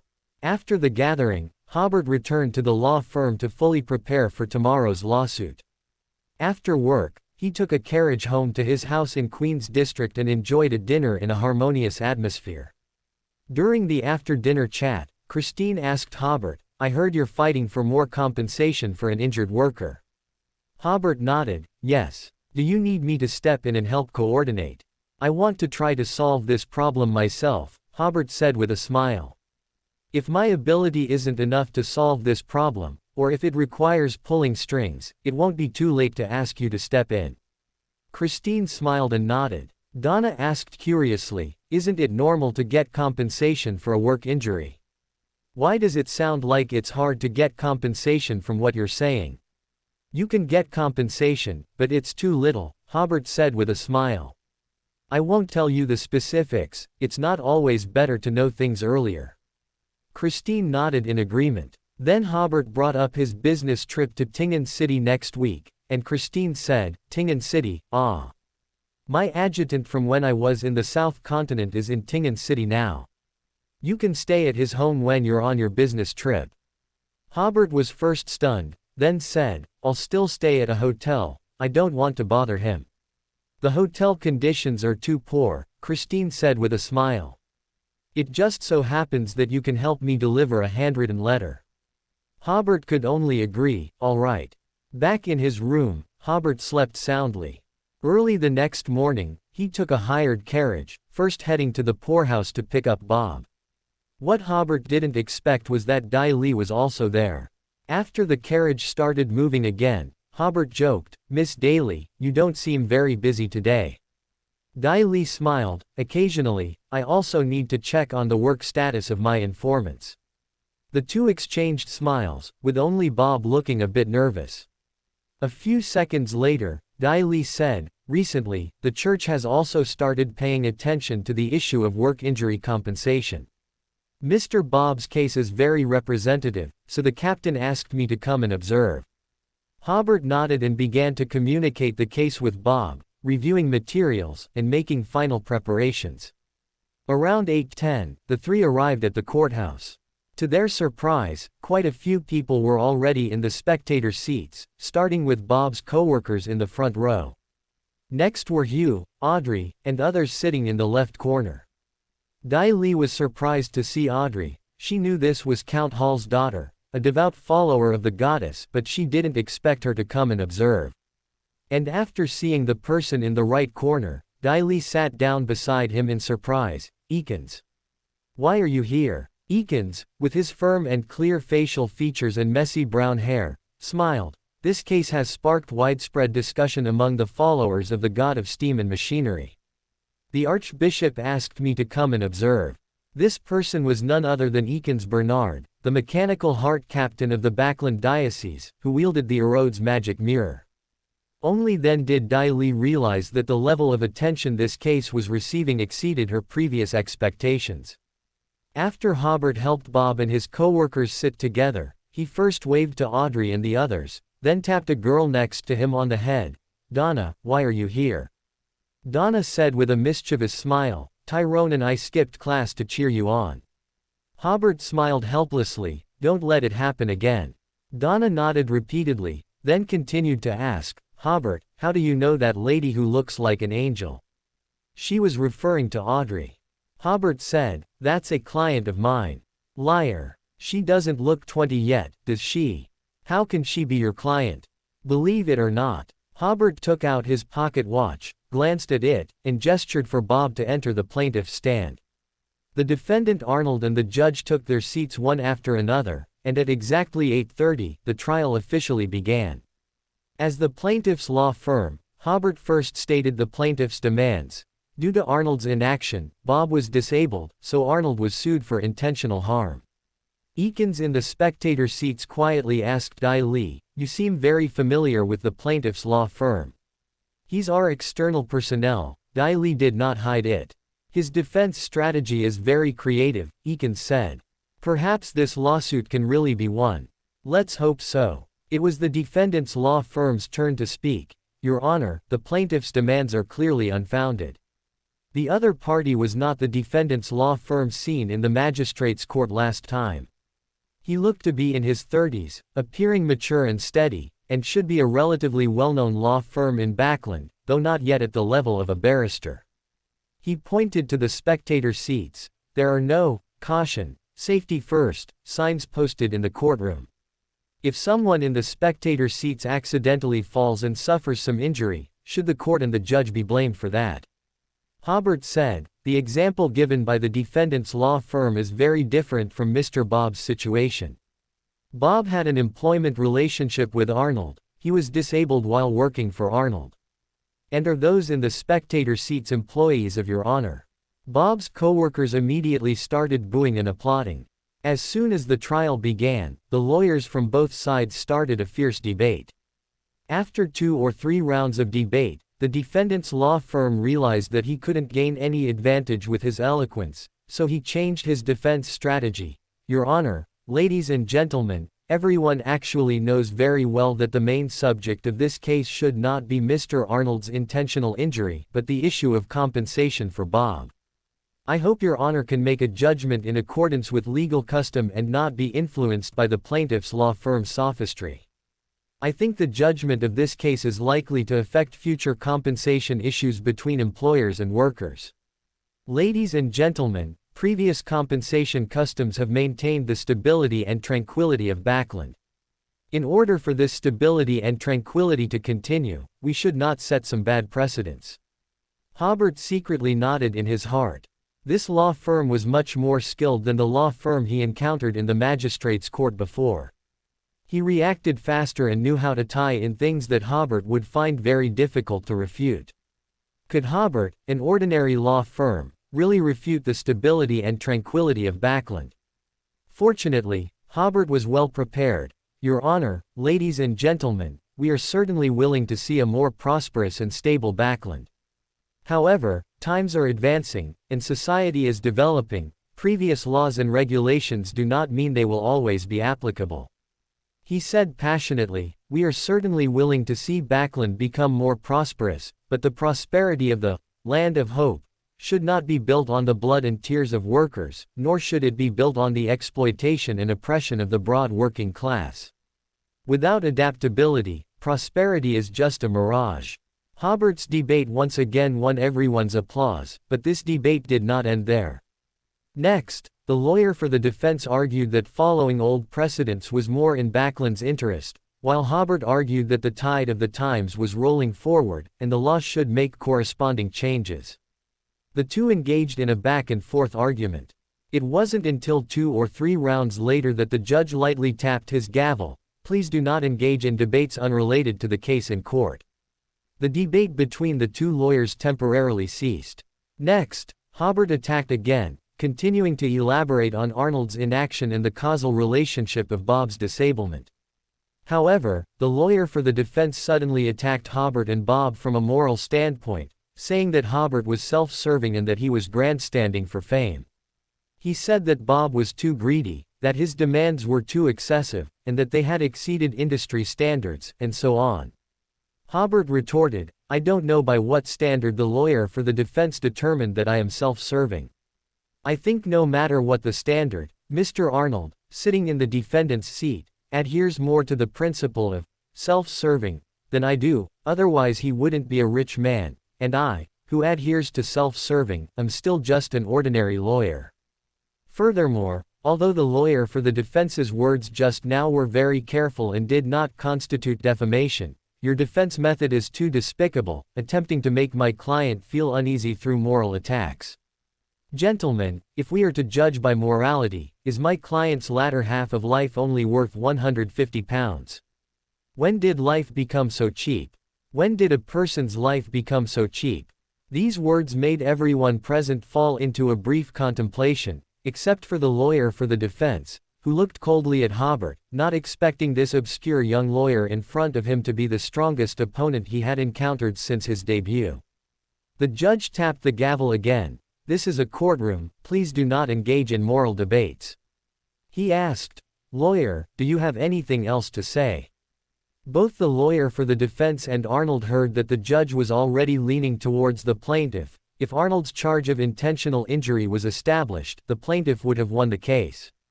After careful consideration, the lawyer for the defense said, "Your Honor, I request an adjournment." The judge was slightly stunned, but this was the lawyer for the defense's right. Granted, a 10-minute adjournment. After a brief discussion with Arnold, the lawyer for the defense came over to the plaintiff's side. The lawyer for the defense first exchanged glances with Hobert, then said, "How about £500? Let's settle this case out of court." Hobert helped Bob stand up and looked at Arnold and the lawyer for the defense at eye level. He said, "Gentlemen, why are you so arrogant? This is compensation, not your high and mighty charity."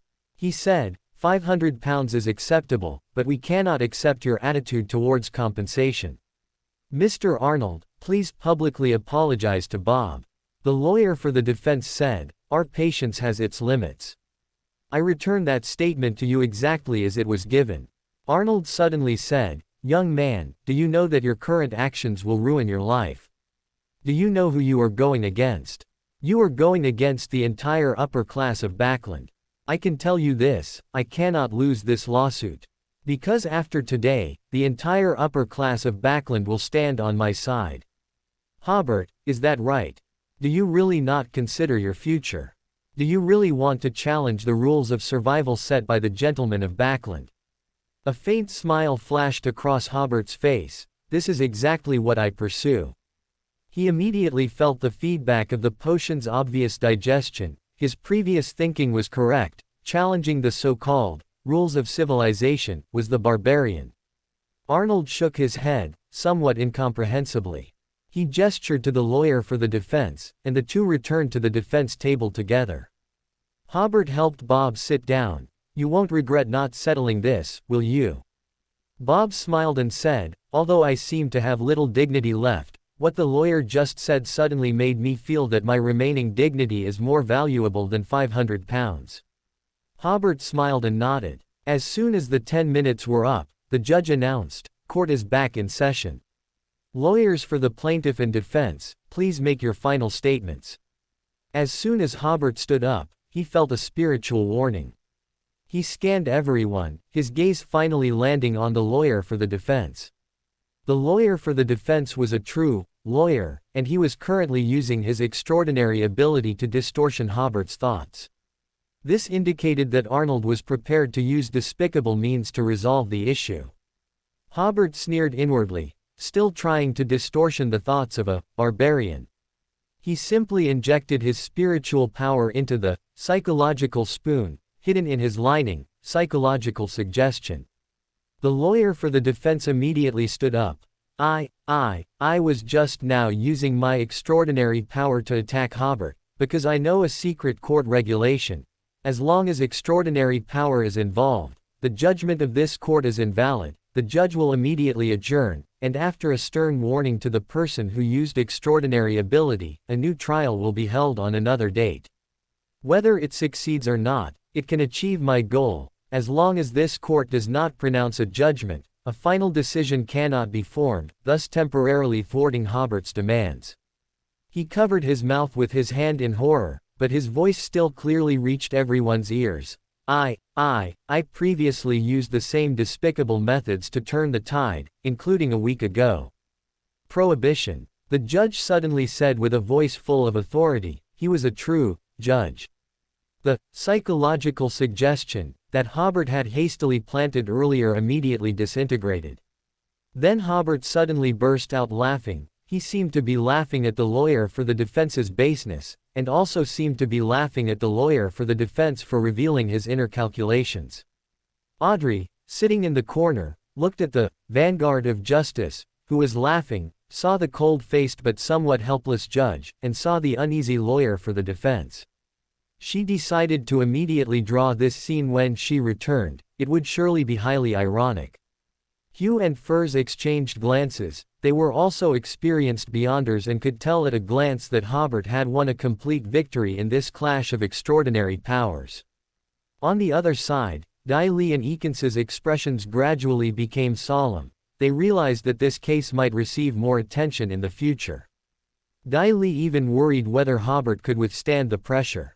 In the courtroom, when Hobert laughed until his stomach hurt, he finally stopped his loud laughter. The judge motioned to the lawyer for the defense and Hobert separately. After the two lawyers walked to the front of the judge's bench, the judge said sternly, "Gentlemen, your performance today will be recorded by me. Believe me, you only have this one chance. If you again use any power other than the law in court, the judge will immediately send you to a special court. Hobert said, Your Honor, you saw just now that he was the first to use extraordinary ability. I merely made an effective counterattack. The judge looked coldly at the lawyer for the defense. He will, of course, undergo some special investigations. The lawyer for the defense unconsciously took a step back. The several cases he had handled before could not withstand investigation, and he was very likely to be sent to a special court for trial. While the lawyer for the defense was uneasy, the judge said to Hobert, Your defense was excellent. But he finally said helplessly, Court adjourned. Hobert, this must be the most brilliant defense I've ever seen, Audrey praised without reservation. You are competent. No, not just competent. What you're doing now far exceeds what a lawyer should do. She said, I will do my best to support your righteous cause. Audrey emphasized the word, righteous, and winked at Hobert. Facing her little cleverness, Hobert smiled and replied, Thank you for your support. Viscount Glaint also made a similar promise before leaving with Audrey in a carriage. Then Bob's co-workers came over and said, Lawyer, I will definitely tell every co-worker I meet about your brilliant debate today. Some even had tears in their eyes and said, What you said was truly excellent. No one has ever fought for our interests before. Steam above, Bob, it must be the great god of steam who heard your prayers, which allowed you to find such a good lawyer. Did you hear what the defendant's lawyer said? That scum. Quote. After a chorus of praise, the co-workers left one after another. Donna came over and said, Hobert, it was only today that I realized how extraordinary you are. Although the judge had to withdraw from the court for some unknown reason, I can tell that you won. You shone brightly in court. Tyrone also chimed in, It won't be long before you become a great lawyer. I hope your flattery will also please your teacher, Hobert smiled and said, so that he won't punish you for skipping class. Donna laughed, Let him punish me then, I feel like coming to observe today was worth it anyway. Hobert shook his head, found a hired carriage, paid the coachman the fare first, and had him take Donna and Tyrone back to school. When he returned to the courthouse entrance, he saw Dai Li standing with a man with messy brown hair. Dai Li introduced, This is Eakins from Lever Church. Hobert was slightly stunned. I remember, Is it that guy who likes red underwear? Why did he have to be in charge of a sealed artifact like the magic mirror when there were so many others? He smiled and said, Captain Eakins. Eakins was taken aback, Have we met before? No, I've heard others talk about you. Oh, let's talk over here. The two left the crowd and went to a corner. Eakins said, Since you've heard of me, I don't need to introduce myself. He said, You should know that most of our church's believers are workers, so we attach great importance to this case. I think Arnold will try to solve the problem with some despicable means next. If you need help, you can come to Lever Church to find me, and we will provide you with shelter. Thank you for your kindness, Hobert smiled and said, If needed, I will definitely visit Lever Church. This is what we should do, Eakins said, Actually, we are the ones who should be grateful. Hobert's heart suddenly stirred. If you really want to thank me, send me a few tickets to the Roussel Memorial Exhibition. I've been studying the set of mysterious symbols left by Emperor Rosal. How did you know we were holding a memorial exhibition? I heard it from a friend. Okay, leave an address, and when the exhibition starts, I'll mail you the tickets. The Roussel Memorial Exhibition had already entered the preparation stage, and Eakins didn't find anything unusual about Hobert getting the news in advance. Hobert breathed a sigh of relief.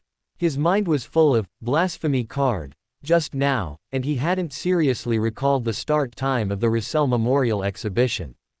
After seeing Eakins off, only Bob, Dai Li, Zio, and Furs were left at the courthouse entrance. Zio stepped forward and said, Hobert, I want to ask you for a favor. Hobert nodded. Let's talk in the carriage. Everyone got into the carriage, first sending Bob back to the relief agency, and then going to drop off Dai Li. Before Dai Li got out of the car, Hobert arranged to meet her at the Obsidian Bar at 3 p.m. Only Hobert, Zio, and Furs were left in the carriage. Zio said, Hobert, I hope you can accompany us to Mr. A's gathering. I want to get in touch with the person selling the sheriff potion formula. This was a previous suggestion from Hobert, who subtly reminded Zio that only the sheriff, recognized by the royal family, was a legitimate sheriff. Although Mr. A's gathering had always had a good reputation and guarantee, Zio was still afraid that she would encounter risks. No problem, Hobert asked, when does Mr. A's gathering start? 12:30. Hobert took out his pocket watch and looked at it. It's not yet 10 o'clock. Let's go to Harvest Church first. I have someone I've arranged to meet there.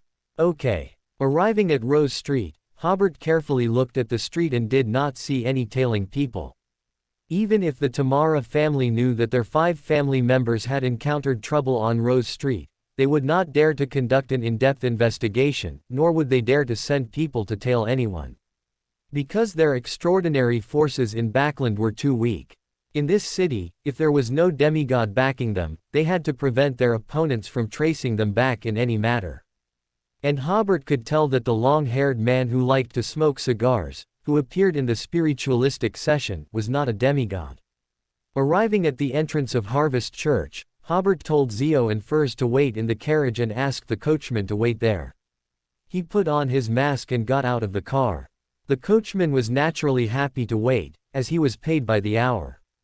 Walking into the church, besides Bishop Utravsky sitting in the front row, only Apton was sitting in the corner. Apton was visibly relieved when he saw Hobert, not knowing if he was afraid Hobert wouldn't come, or if he simply couldn't stand the oppressive atmosphere in the church. Hobert first greeted Utravsky, "Father." The giant bishop slowly nodded in response. Hobert sat next to Apton. "How are your injuries healing?" "They're almost healed." Apton handed Hobert a wooden box. Hobert opened a corner of the wooden box and first saw the eye-sized diamond inside. Even in the dimly lit box, it reflected 7 colors of light. Inside the diamond was a black crystal ball about half the size of a palm, emitting a charming aura that made people feel a strong liking for it. This was the extraordinary characteristic of a briber. Hobert closed the wooden box. "Can you still hear indescribable ravings in your ears recently?" "I can hear them," Apton said with a bitter smile, "and they're getting worse. I do have some ways here that can help you eliminate these ravings." Apton listened intently. "For example, you try to become a true barbarian." Apton was stunned for 2 or 3 seconds before he understood. The name of the potion contains the method to eliminate the ravings. Hobert smiled and nodded. "Quite clever, aren't you?" The two walked out of the church together. Hobert saw that there were few people on the street before asking Apton, "What are your plans?" "I plan to vacation at Dissy Bay," Apton said with a smile. He had another 10 years of freedom, which filled him with hope for life. "Aren't you trying to be a businessman?" "First, I'll finish my vacation." Hobert nodded. "If I need to find you, I will ask that great existence to contact you. If you need my help, you can also pray to that great existence." This was precisely why Hobert brought Apton out of Harvest Church. Bishop Utravsky could turn a blind eye to planning a sneak attack or using the church as a meeting point. But discussing a heretical god in the church, bishop, giant's greatsword would probably come cleaving down in minutes. Apton nodded with a somewhat unpleasant expression, feeling like he had just climbed out of one family pit only to fall into another. However, he then thought that the creator did not seem to be like the heretical gods of legend, who would cause him any negative effects. Instead, it strengthened his connection with the masked man in front of him, giving him a true backer. After the two parted ways, Hobert went to lunch with Miss Hugh and Furs. During the meal, they discussed how to contact the person selling the sheriff potion formula later. A little after 12, they arrived at the gathering place. The gathering place was likely a nobleman's house, very spacious and luxuriously decorated. After finding a corner to sit down, Hobert realized that Mr. A's gatherings always seemed to take place during the day. Most Beander gatherings would take place at night. Moreover, the 2 gatherings Hobert had attended seemed to have been held on noble properties. Adding to that, the royal family had been using this gathering to absorb wild, sheriffs by selling the sheriff potion formula. He realized that there had actually been a revelation much earlier. The royal family and the Aurora Order were entangled. However, if he hadn't known the answer beforehand, it would have been difficult to connect these details. At 12:30, the gathering began on time. Hobert and the two patiently waited until the middle of the gathering before Miss Hugh called a waiter and wrote on a piece of paper, "I wish to communicate with the person selling the sheriff potion formula to purchase the main ingredients for sheriff." The waiter took the note Miss Hugh wrote. It was a full 20 minutes before the waiter returned. "The other party invites you to the reception room in the back for the transaction." Miss Hugh said, "I want to bring my two friends with me." "You may." So the three followed the waiter, leaving the main hall from one side and arriving at a small reception room. A man in a black tuxedo was already seated in the reception room. He wore a golden mask that covered everything except his eyes, nostrils, and mouth, making it impossible to imagine his original appearance. "Sit," the masked man said, pointing to the two chairs opposite him. He seemed to not care at all that there were three people. Hobert and Miss Hugh sat on the chairs, while Furs stood at the door, looking at the masked man with some vigilance. The masked man asked Miss Hugh, "You seem to already have the sheriff potion formula." Hobert pinched his chin, finding the voice a bit familiar. Miss Hugh replied, "Yes. May I ask where your formula came from?" "Sorry, I cannot disclose the source to you," Miss Hugh said, according to the agreed-upon statement with Hobert. "However, I can guarantee that I did not steal or rob it." The masked man nodded and did not press further. Miss Hugh asked, "Do you have the main ingredients for sheriff?" "Yes, I have both ingredients." "What are the prices for each?" "An average of £300 per item." This price was fair, as Sequence 8 main ingredients usually had a slight premium, typically selling for between £320 and £350, and particularly rare ones could sell for over £400. The masked man then said, "Of course, you can also exchange materials from me by completing tasks I assign to you. That would be more cost-effective for you."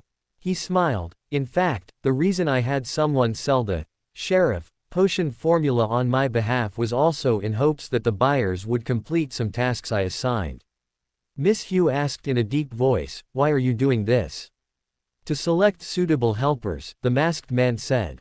Hobert, who had been silent, finally recognized the masked man's voice. He smiled. "Did you make that secret supplicant extraordinary characteristic into a magical item?" "That's right." The masked man in front of him was the person who took Hobert's secret supplicant extraordinary characteristic at the mercenary club gathering.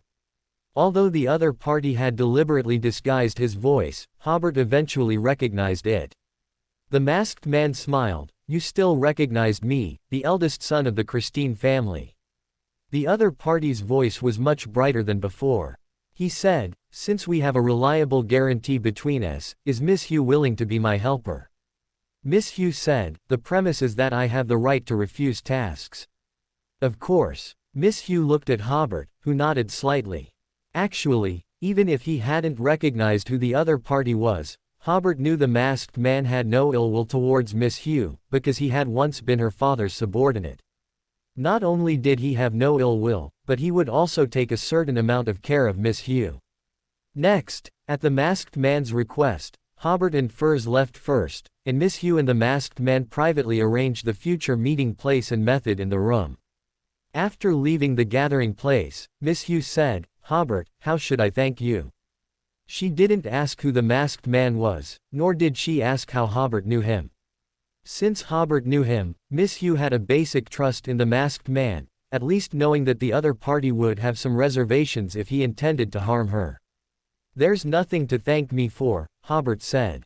"This is no big deal, just like a friend accompanying you to a department store to pick out a dress." "Oh, sorry, you don't seem to like wearing dresses. Then consider it me accompanying you to pick out a pair of shoes." Miss Hugh nodded. She indeed disliked wearing dresses, because when she wore them, she looked more like a 15 or 16-year-old girl. After bidding farewell to Miss Hugh and Furs, Hobert immediately took a taxi carriage to Obsidian Bar without stopping. In the carriage, Hobert recalled the leisure of Monday and sighed, wondering why things always piled up. When he arrived at Obsidian Bar, Dai Li had already arrived. Hobert smiled, "Sorry, I'm late." Dai Li looked at the clock on the wall, "At least you're not tardy." It was already 2:58 p.m. Hobert didn't know if Dai Li was stating a fact or being sarcastic. "Let me buy you a drink." The two each ordered a drink. Hobert got straight to the point, "I invited you to meet for two reasons. The first is to understand how your investigation into Kate, who is suspected of being a secret supplicant, is progressing. Bill and Kate's case was going to court tomorrow, so he wanted to know the opponent's current situation. For more thrilling fanfiction stories like this, check out my channel Fanfic Audiobook.